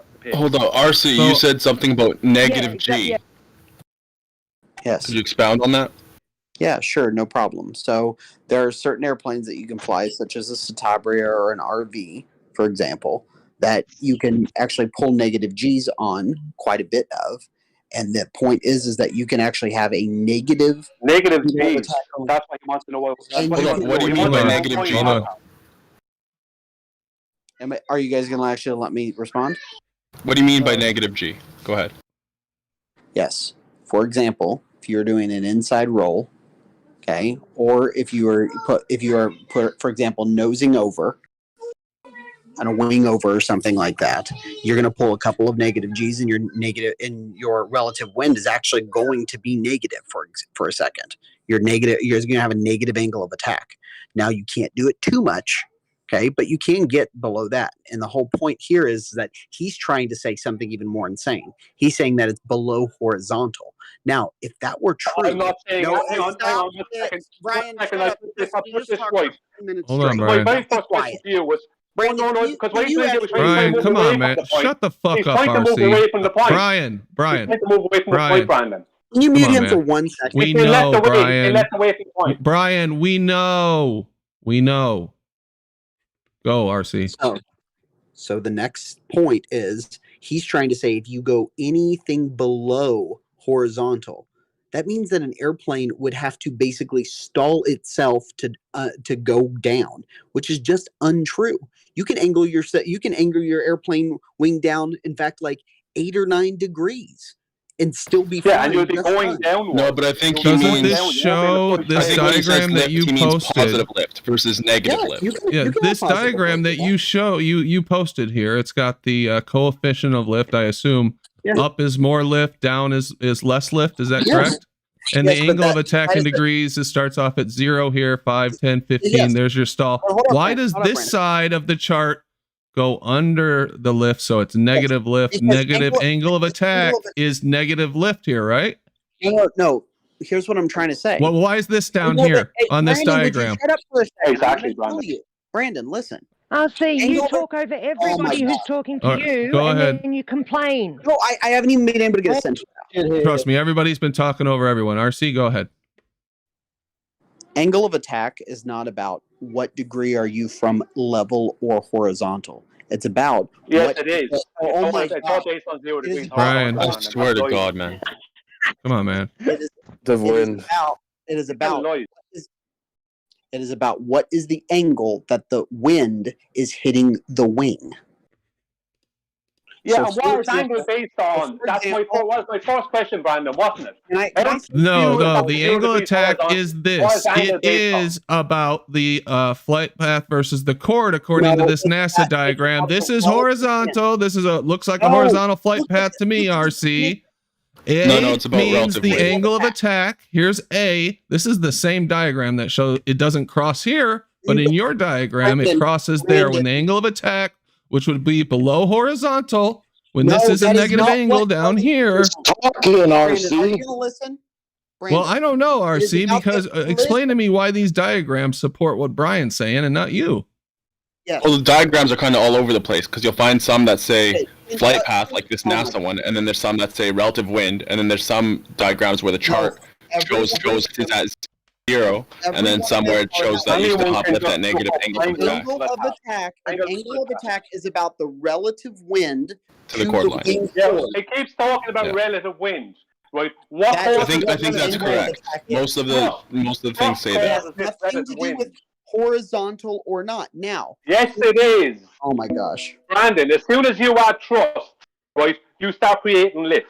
As soon as you I don't think it's because, like, imagine, like, you know, those squirrels. Brian, dude. Damn it. Let Brian talk, for God's sake. Yeah, so you know the guys for 30 minutes. Now here's the real quick. Hold on. Let me just say this. You know the guys that are in the squirrel suits. Hold up, RC, real quick. So there's relative wind chord line. As soon as you add trust, you're creating lift. Trust creates lift. Guys. And it causes the nose to tail up, because lift lifts up the front of the wings, because the pressure starts underneath the front part of the front quarter of the wings. That's what the most amount of positive pressure is.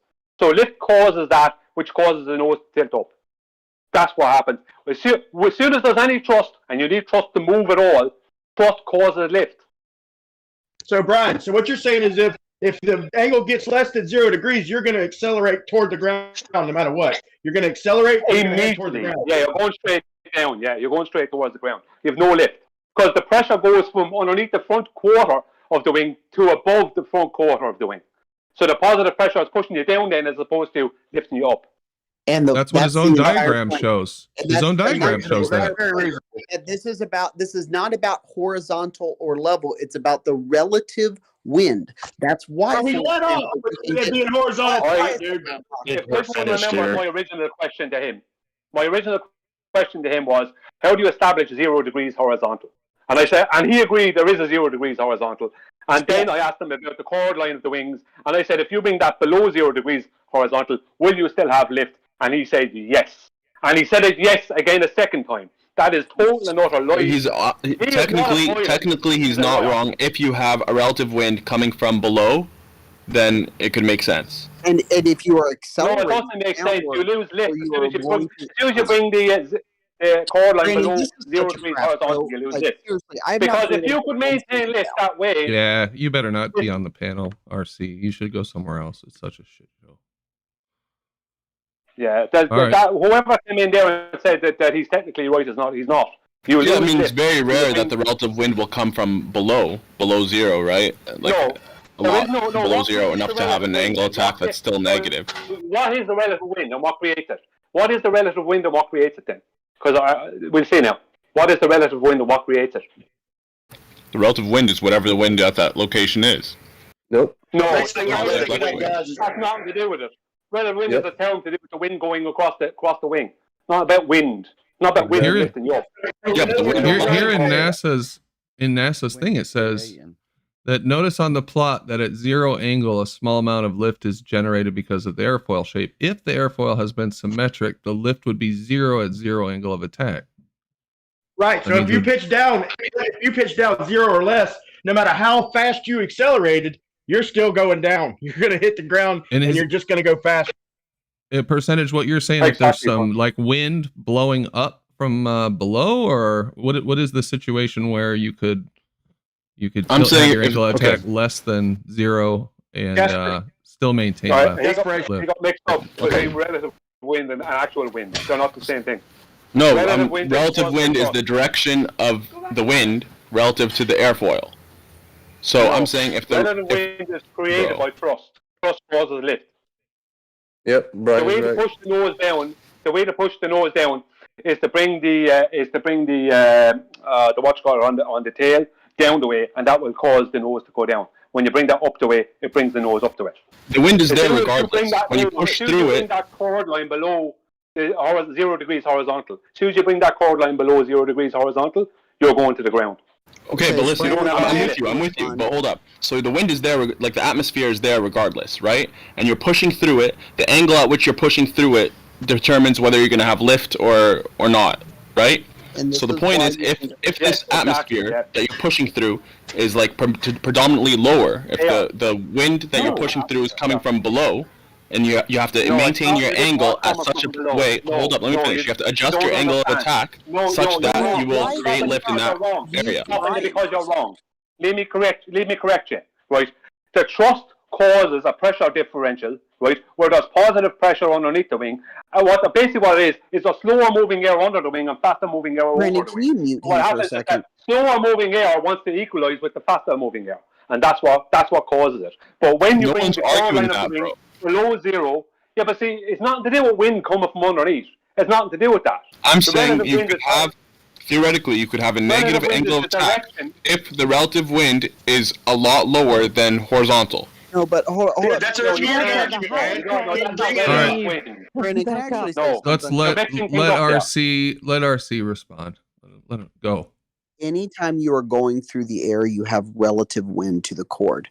You can go through the air pointing down from horizontal or up from horizontal. but you can still be going through the air. Percent was 100% correct when he said. Hold on, Brian. Let him finish.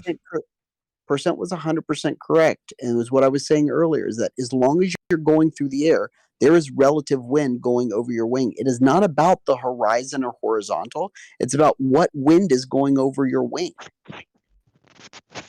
It's about the chord line and its movement through the air. That's what Good job, wind is. and that has nothing to do with horizontal. Yeah. And you stated twice, when you were asked twice, when I asked you 2 different times, if you bring the chord line of the wings below 0 degrees horizontal, will you still maintain lift? And twice depends on the wind. That is a total lie. Yes, because you can have relative you don't wind maintain lift. while Lift pointing goes down to the negative, too. and starts pushing you down, not lifting you up. No, as long as you're moving through the air, you're going to have relative wind. No, that's a lie. You always have relative Wind doesn't wind. only travel horizontally, Did bro. I mention? Hang on 1 second. Leave me speak to him. Did I once mention relative wind in my question? Did I one time mention? You should have, though. Angle of attack is. No, I shouldn't have, and I didn't on purpose. Oh my gosh! Not one Brian, time did I mention that is relative what wind. angle of because attack is.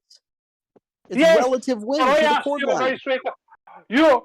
The chord line will go through the air as long as you're flying, but you won't have lift if you bring your chord line below 0 degrees horizontal. That's there is no way out of Brian. that. You're incorrect. You lied twice. I don't believe you're a pilot at all. Brian, because even Wolfie agrees. It's not. Even Wolfie agrees. Now here's the question: How often? Just show us your pilot's manual. Hold dude. up. If Here's the you're question. a pilot, show us RC. your manual. RC, how often do you have a relative wind so low such that the angle of attack can be a negative value, below 0? Never. You can put your hand out of a car door and realize that if you go below 0, you're going down. Hold on, let RC respond to the question. Percentage just asked RC a question. Too. Let him answer the question. You just asked him a question. Yeah. You can get something like a negative angle of attack if you push down on the stick really quickly. Please let me break this loop. On what? On the stick or on the yoke. Okay, but you can't get it just normally flying. Like you never have a relative wind that's that coming from underneath that much. It would be really hard. But the point is that you can descend, aka point your nose 10 degrees below the horizon, and there still is wind flowing over your wings. So that means that you're still generating lift.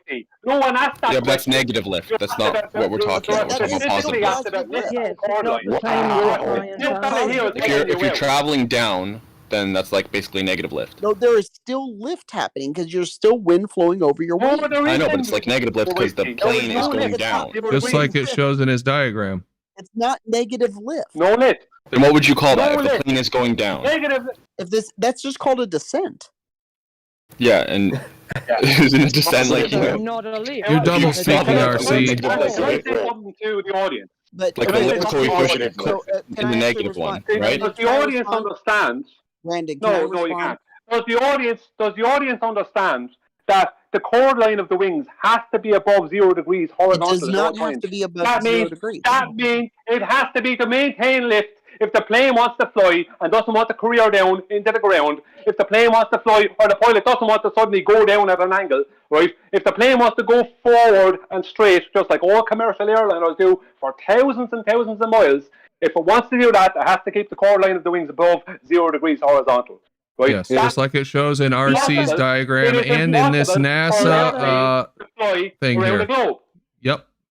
The other sounds like like a great analogy about when you put your hand out of a car window. Have you ever played with the wind? Like you stick your hand out, and if you tilt your hand, you can either force your hand to go down or force it to go up, and you can have your arm flying around all over the place. Well, it's heaps of fun when you're a kid doing that kind of shit, So I don't understand why people can't understand what he's saying. Yeah, if descent is not negative lift, then what is it? He called it descent. See, he's playing a semantics game. That's what he just did. Okay, guys. In terms of the mechanics of a plane, lift, thrust. I just posted a picture of an airplane that I am flying with the wing pointed below the horizon, and it is still generating lift because lift is simply not generating lift. It's going down the way. Oh my gosh. Lift going down the way. Oh my gosh. Going down. Let him explain his fucking photo, Brian. Let him explain his fucking photo, Brian. As long as he Explain your explains photo, lifting please. to the ground. Well, Brian, it's very, very difficult to try and give you an absolute globe killer here. I'm trying to give you an absolute globe killer for 25 minutes. Brian, I am Don't very understand. appreciative It can't be of beaten. it. But if we don't hear his bullshit and the audience does it and he's wrong, then we'll never understand your rebuttal. Hold up, can we just get his argument real quick? Like, let's say hypothetically, you can't get lift from traveling below zero. How is that a globe killer? Okay. No, can we just actually like listen to what I'm trying to say here? Lift. I'll explain that. Oh my gosh! I'll explain it to him. Oh, here's the deal. I'll explain it. Lift is Brian, we didn't give him the chance to explain his photo, okay? And then okay, I was asking question. All right, just let him explain it. So his first, then you next, Brian. As you can clearly see, my wing is pointed downwards towards the ground. There is still lift being generated because as the air flows over the wing, even though I am pointed slightly towards the ground right here, it is generating an upward force, which makes sure that I stay in the air. Now, stop. Is that upward force greater than the weight? No, that is because. Oh my gosh! Hold on, Brian. That upward force. Hold up, Brian. So to be clear, RC, you're in a descent because the weight is greater than the lift, right? Now, because there is an upward force on my wings, because I'm flying through the air and there's an airfoil, then there's an upward force that's called lift. Now, the force is not greater than weight, which is why I'm going down, but that still means there is slightly an upward force. I've already explained this. That is total lies. That is total lies. You're not a pilot. That is total lies. Oh my gosh. Okay, all right. He said he's descending. The pressure goes to the top of the wings. So go ahead, percentage. Are you done? Descending simply means that the force of lift is not. No, it means you're going great as down. the force of weight. It means you're going down. Going down. Yeah. It means that the force of lift is less that than the you are force going of weight. down towards the ground. You are not being lifted anymore. You are going down towards the ground. You're not going up. Hey, hold up. Lift is simply the force that is acting upwards on the wing. That's and here all you have negative lift. You are going down. That's not negative lift. It's well, you can define it however lift. you want. You're still going down. It is because you're not going up anymore. my So you've lost your lift. RC, I think I figured out what you're saying. Hold on. Hold on. I think I figured out what RC's saying, guys. James, no. Percentage was next. Percentage, and then Brian. All right. So yeah, I was just asking him a quick question about the fact that if it's like in that picture, it looks like he's descending, and so and there's maybe it's just being generated by my airplane wing because I'm staying up in the air. It's causing me to not fall down so quickly. And the point is, that's what I was going to say. You're going down at an angle, slowly, safely. Yeah, exactly. Is that what you're saying? Exactly. You still have lift, but you're going down. I still have lift. But it's not as great as the force of the weight that is pulling me down. No, that is completely wrong. All as soon as you bring the core line below, you're not generating anymore. Thank you, Brandon. You lose. Yeah. You are generating lift. You're not. All right, Brian, go ahead. You're not. You're slowly. Thank you, Brandon. Anyone in the audience can check this. As soon as you bring the core line of the wings below 0 degrees horizontal, the angle of attack below 0 degrees horizontal, the positive pressure switches from under the wing to on top of the wing. So you're actually being pushed down the way as opposed to being lifted up. Down. Yes, you are. Anyone can check it out. All you're doing is being pulled down by your weight, like everything else. Why won't you let him finish like you want him to let you finish? Hey, no, hold up. I got interrupted for 30 minutes straight. No, hold up. So what? Now you're going to do the same thing. Yep, exactly.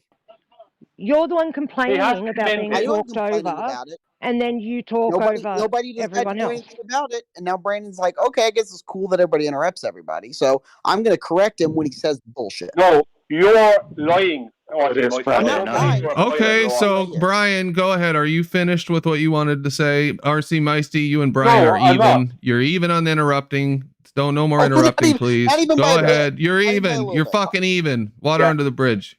Go ahead, Brian. Okay, Brandon. Thank you. Yeah. To fly, you have to use thrust. There is no other way to overcome the drag, right? To fly. Correct. And how do you fly without thrust? Gliders, they fly without just interrupted in the How do they get them in the air? How do gliders? Hang on, this is a brilliant example. This is going to absolutely kill it. right? How do gliders get in the air? They're pulled into the air. They have to be towed, yeah, which is induced thrust. Or some of them have small motors, which allows them to create thrust. And how do they stay up there? Or you jump off a high mountain. Because of they stay up there because of the relative wind going over their wings, generating lift. Because of lift. Now I'm going to tell everyone something. The nose of a glider is often below 0 degrees horizontal, but the chord line of the wings always has to be above 0 degrees, whereas they lose lift. No, it doesn't. Yes, the plane's going down the runway before it takes off. The plane's going down the runway. Can the plane lift off if it's 0 degrees below the horizon? What Moisty is saying is that takeoff is impossible. That's what he's saying. James. Takeoff is impossible. Let James make that point real quick. Okay, go on. If you're going down the runway before the plane takes off, can the plane take off at below 0 degrees? Yes. No. You have to tilt up the lever at the tail. Ladies and gentlemen, I give you full honesty, you fucking retard. And you can lay your ailerons on the wings. Guys, The thrust when they're going down the runway causes lift and causes the nose to start tilting up, and then you have to use the elevator at the tail and use the ailerons on the wings. So can I actually answer to get them extra lift? If you can lift off, let's hear. He said no. Lift. It's you asked him a question. If you can. All right. So let's hear his answer. Brandon, let's hear the why. Why? How can it lift off in this situation? Yeah, no problem. In fact, like I said, I'll actually get tomorrow. I'm going flying. I can actually get on video and I'll show you guys doing this. So if you go down the runway quickly enough, you can actually hold the airplane's wings parallel with the ground and even slightly lower. But if you're going quickly enough, okay. What's quickly enough? Wouldn't it be a certain speed? Sorry. If you're going, but wouldn't it be a speed? You're generating so much lift that even downward elevator is not enough to counteract the fact that you're generating so much lift from going so fast. So yes, what's downward elevator? You can't. So now he's projected elevators. So you're not staying with elevators, bro. You're full of shit. Hold on, you said quickly and fast enough. No, how fast do you have to go precisely? So when you do this in your airplane, what's the speedometer? If I'm an assess, how fast? Speedometer don't matter. Oh my gosh, can I answer, please? Yeah, because you're still on the ground. Oh my gosh, if I'm in a Cessna 172. If I stay on the ground until 90 knots, which is about 110, 108 miles an hour or so, then I can actually keep the airplane wings level and or even down slightly. And there's so much lift from me going so fast that I will still lift off the ground. Bro, you're compensating with the elevators, bro. He's trying to compensate chicken. No, he's not. That's why I asked that question. If you could take off, if it's below 0 degrees, no, you can. He's up to how do you tilt the airplane's wings below 0 degrees horizontal? Brandon, I can. Right? If you how do you make them go below 0 degrees horizontal if you want when you're on the bloody runway? Tomorrow. With your wheels on the runway, how do you do that? How do you do that, Orky Moisty? Right. If you'd like to, Brandon, I can. I'd like to see the footage for sure. Go ahead, how do you keep? He claimed, Brandon. He claimed that he could actually bring the wings below 0 degrees horizontal when he's going down the runway. How can you bring the wings below 0 degrees horizontal when you're stuck on the runway? When all your wheels are on the runway? Off. Yeah, the wheels still on the runway. How on earth would you ever do that? I can understand keeping them parallel. What he's talking about is just counteracting the lift. And a gust of wind might come along and lift you up if you're going really fast. But if you've got your wings tilted down a bit, you're going to end up smacking your face into the ground and going down, cartwheeling down the runway. Like, you're not going to have a very good takeoff, are you? It don't matter. To get a downward angle, you got to chop your front wheel off. To get a downward angle on the runway, you have to chop your front wheel off. All right, I'd be interested in seeing the footage, though, RC. Yeah. That'd be interesting. And in fact, hey Brandon, you know what even more You know what? I don't even want to encourage you to try doing that, RC, because I think it's so dangerous. He didn't say try. He said he's done it before. Yeah, but if he honestly thinks he's done that and he goes out and tries to do this, he could really hurt himself. No, because autodidactic. He's trying to get away. He's trying to get away. Well, my pop's always told me that's called live and learn. On the ground. Yeah. So the thing is that I typically So Brandon, I typically fly a J3, and you guys can look this up, a J3 Cub. Okay, they're really fun airplanes built in the 1940s. You don't fucking fly nothing, dude. Hey, he's gonna get us footage tomorrow. Okay, we'll know tomorrow. Brandon, hey guys, listen. He's just trolling at this point, guys. We've been on this for like an hour. We understood Brian like 30 minutes ago. Brian is wrong. I'm gonna tell everyone, right, why I'm right? But you're not right. So when you ask Brandon, the reason Brian, this is a three. Hold on, RC. Can you guys just Brian's chill? been trying to talk for a minute. All adults. What's going on here?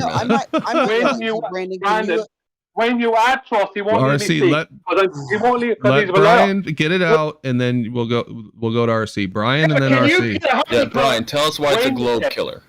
When you add trust, it causes a downward force on the tail of the airplane. No. So trust causes the tail of downward force on the tail. Yes. No. Yes. No, you're wrong. Can you get a hockey puck? He would be right if the relative wind was horizontal. He would be right. He's talking about RC. raising the back of the plane. Listen, this is very important. Brian, listen. Can you get a hockey puck? Damn, hold on, Brian. Can you get a hockey puck? Hold on, dude. Hold on. Can you get a hockey puck to point down less than 0 degrees without raising the back of it up? No, you fucking can't, dude. You cannot get a hockey puck less than parallel without raising the back of it. So Meisty is a lying sack of shit, dude. What are you talking about? All right, RC, RC, it's your turn. Yes, to respond, RC. Okay, so because the airplanes that I enjoy flying the most are tail draggers, like the one that you have up on the screen right here. Okay, there isn't a nose wheel that's going to dig into the ground.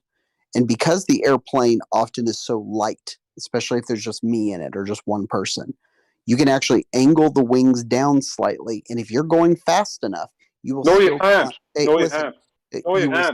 Oh my gosh, you will still You go straight down into the ground. Brandon, can you straight down help into me the out, ground. man, please? Come on, Brian. Come on, man. Come on. I'd like to say something for the. Okay. What happened, You can Brian? actually even angle the wings down slightly if you're going fast enough, and you will still climb. The reason is there is so much lift being generated by the wind. By the what? There is so much lift. Line below 0 degrees, Mike. Brian, come on, man. Come on, Brian. That's the we keep moving away from the original thing that he said. Brian, man. He said we can bring the chord line below 0 degrees and he still maintain positive lift. Oh. He said that's what. If everyone just is more chill, we'll all be able to say our piece. You know? We're just letting Meisty talk the dumbest fucking shit I've ever heard. Because we're wasting so much time. Because everyone has a different opinion. Okay, so RC may have a different opinion. Brian, you have a different opinion. Brian's logic has a different opinion. That's what we do. We talk about our opinions and we listen to other people's opinions and we talk about whether we agree or not. If we don't ever fucking hear what the other person says, then how the fuck can we know if we agree or disagree? I know, but draw a plane on the ground. So Brandon, you can't get less than 0 degrees, bro. It's not might I clear something up real quick? So okay, so question, can I RC, real quick, let me just clear something up. Can I finish my sentence? He never got to respond. All right, go ahead, RC. All right. So the point is that if you go fast enough, okay, and you can in a J3 Cub, no problem. If you go fast enough, you actually are going to have still slightly downward angle on that wing relative to the horizon and still be able to climb because there's so much wind going over the wing and it's generating that much lift. Mm-hmm. No, so I want to clear up. Hold up, I want to clear up. We were using the word negative lift, and I was under the impression that as long as the plane is descending, even though like any lift that it has would be considered negative lift because it's still decreasing in altitude or what have you. No, but that's apparently, that's not what yeah, I know. Let me clear it up. So apparently, negative lift is the lift is kind of a misnomer because it's just talking about the wind going over the airfoil. It doesn't actually have to be going up. You know, so if there's wind going over an upside down airfoil, it'll generate downward, like a downward force, which they still call lift. So it's kind of a stupid term. You physically can't get less than 0. I hope he was finished. I wasn't, but go ahead. I've already explained it. You're 100% correct. When you bring the 0 degree, when you bring the corner, let me back Brian up here. Brian, let me back you up real quick.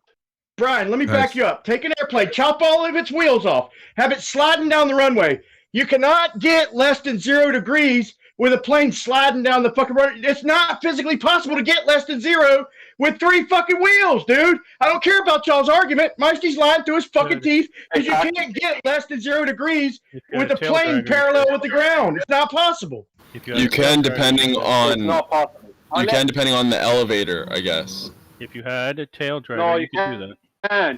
If you have so much, hold up. If you have so much downward force, so much negative lift at the back of the plane, it'll lift the plane up a little bit, even though. You cannot nose down.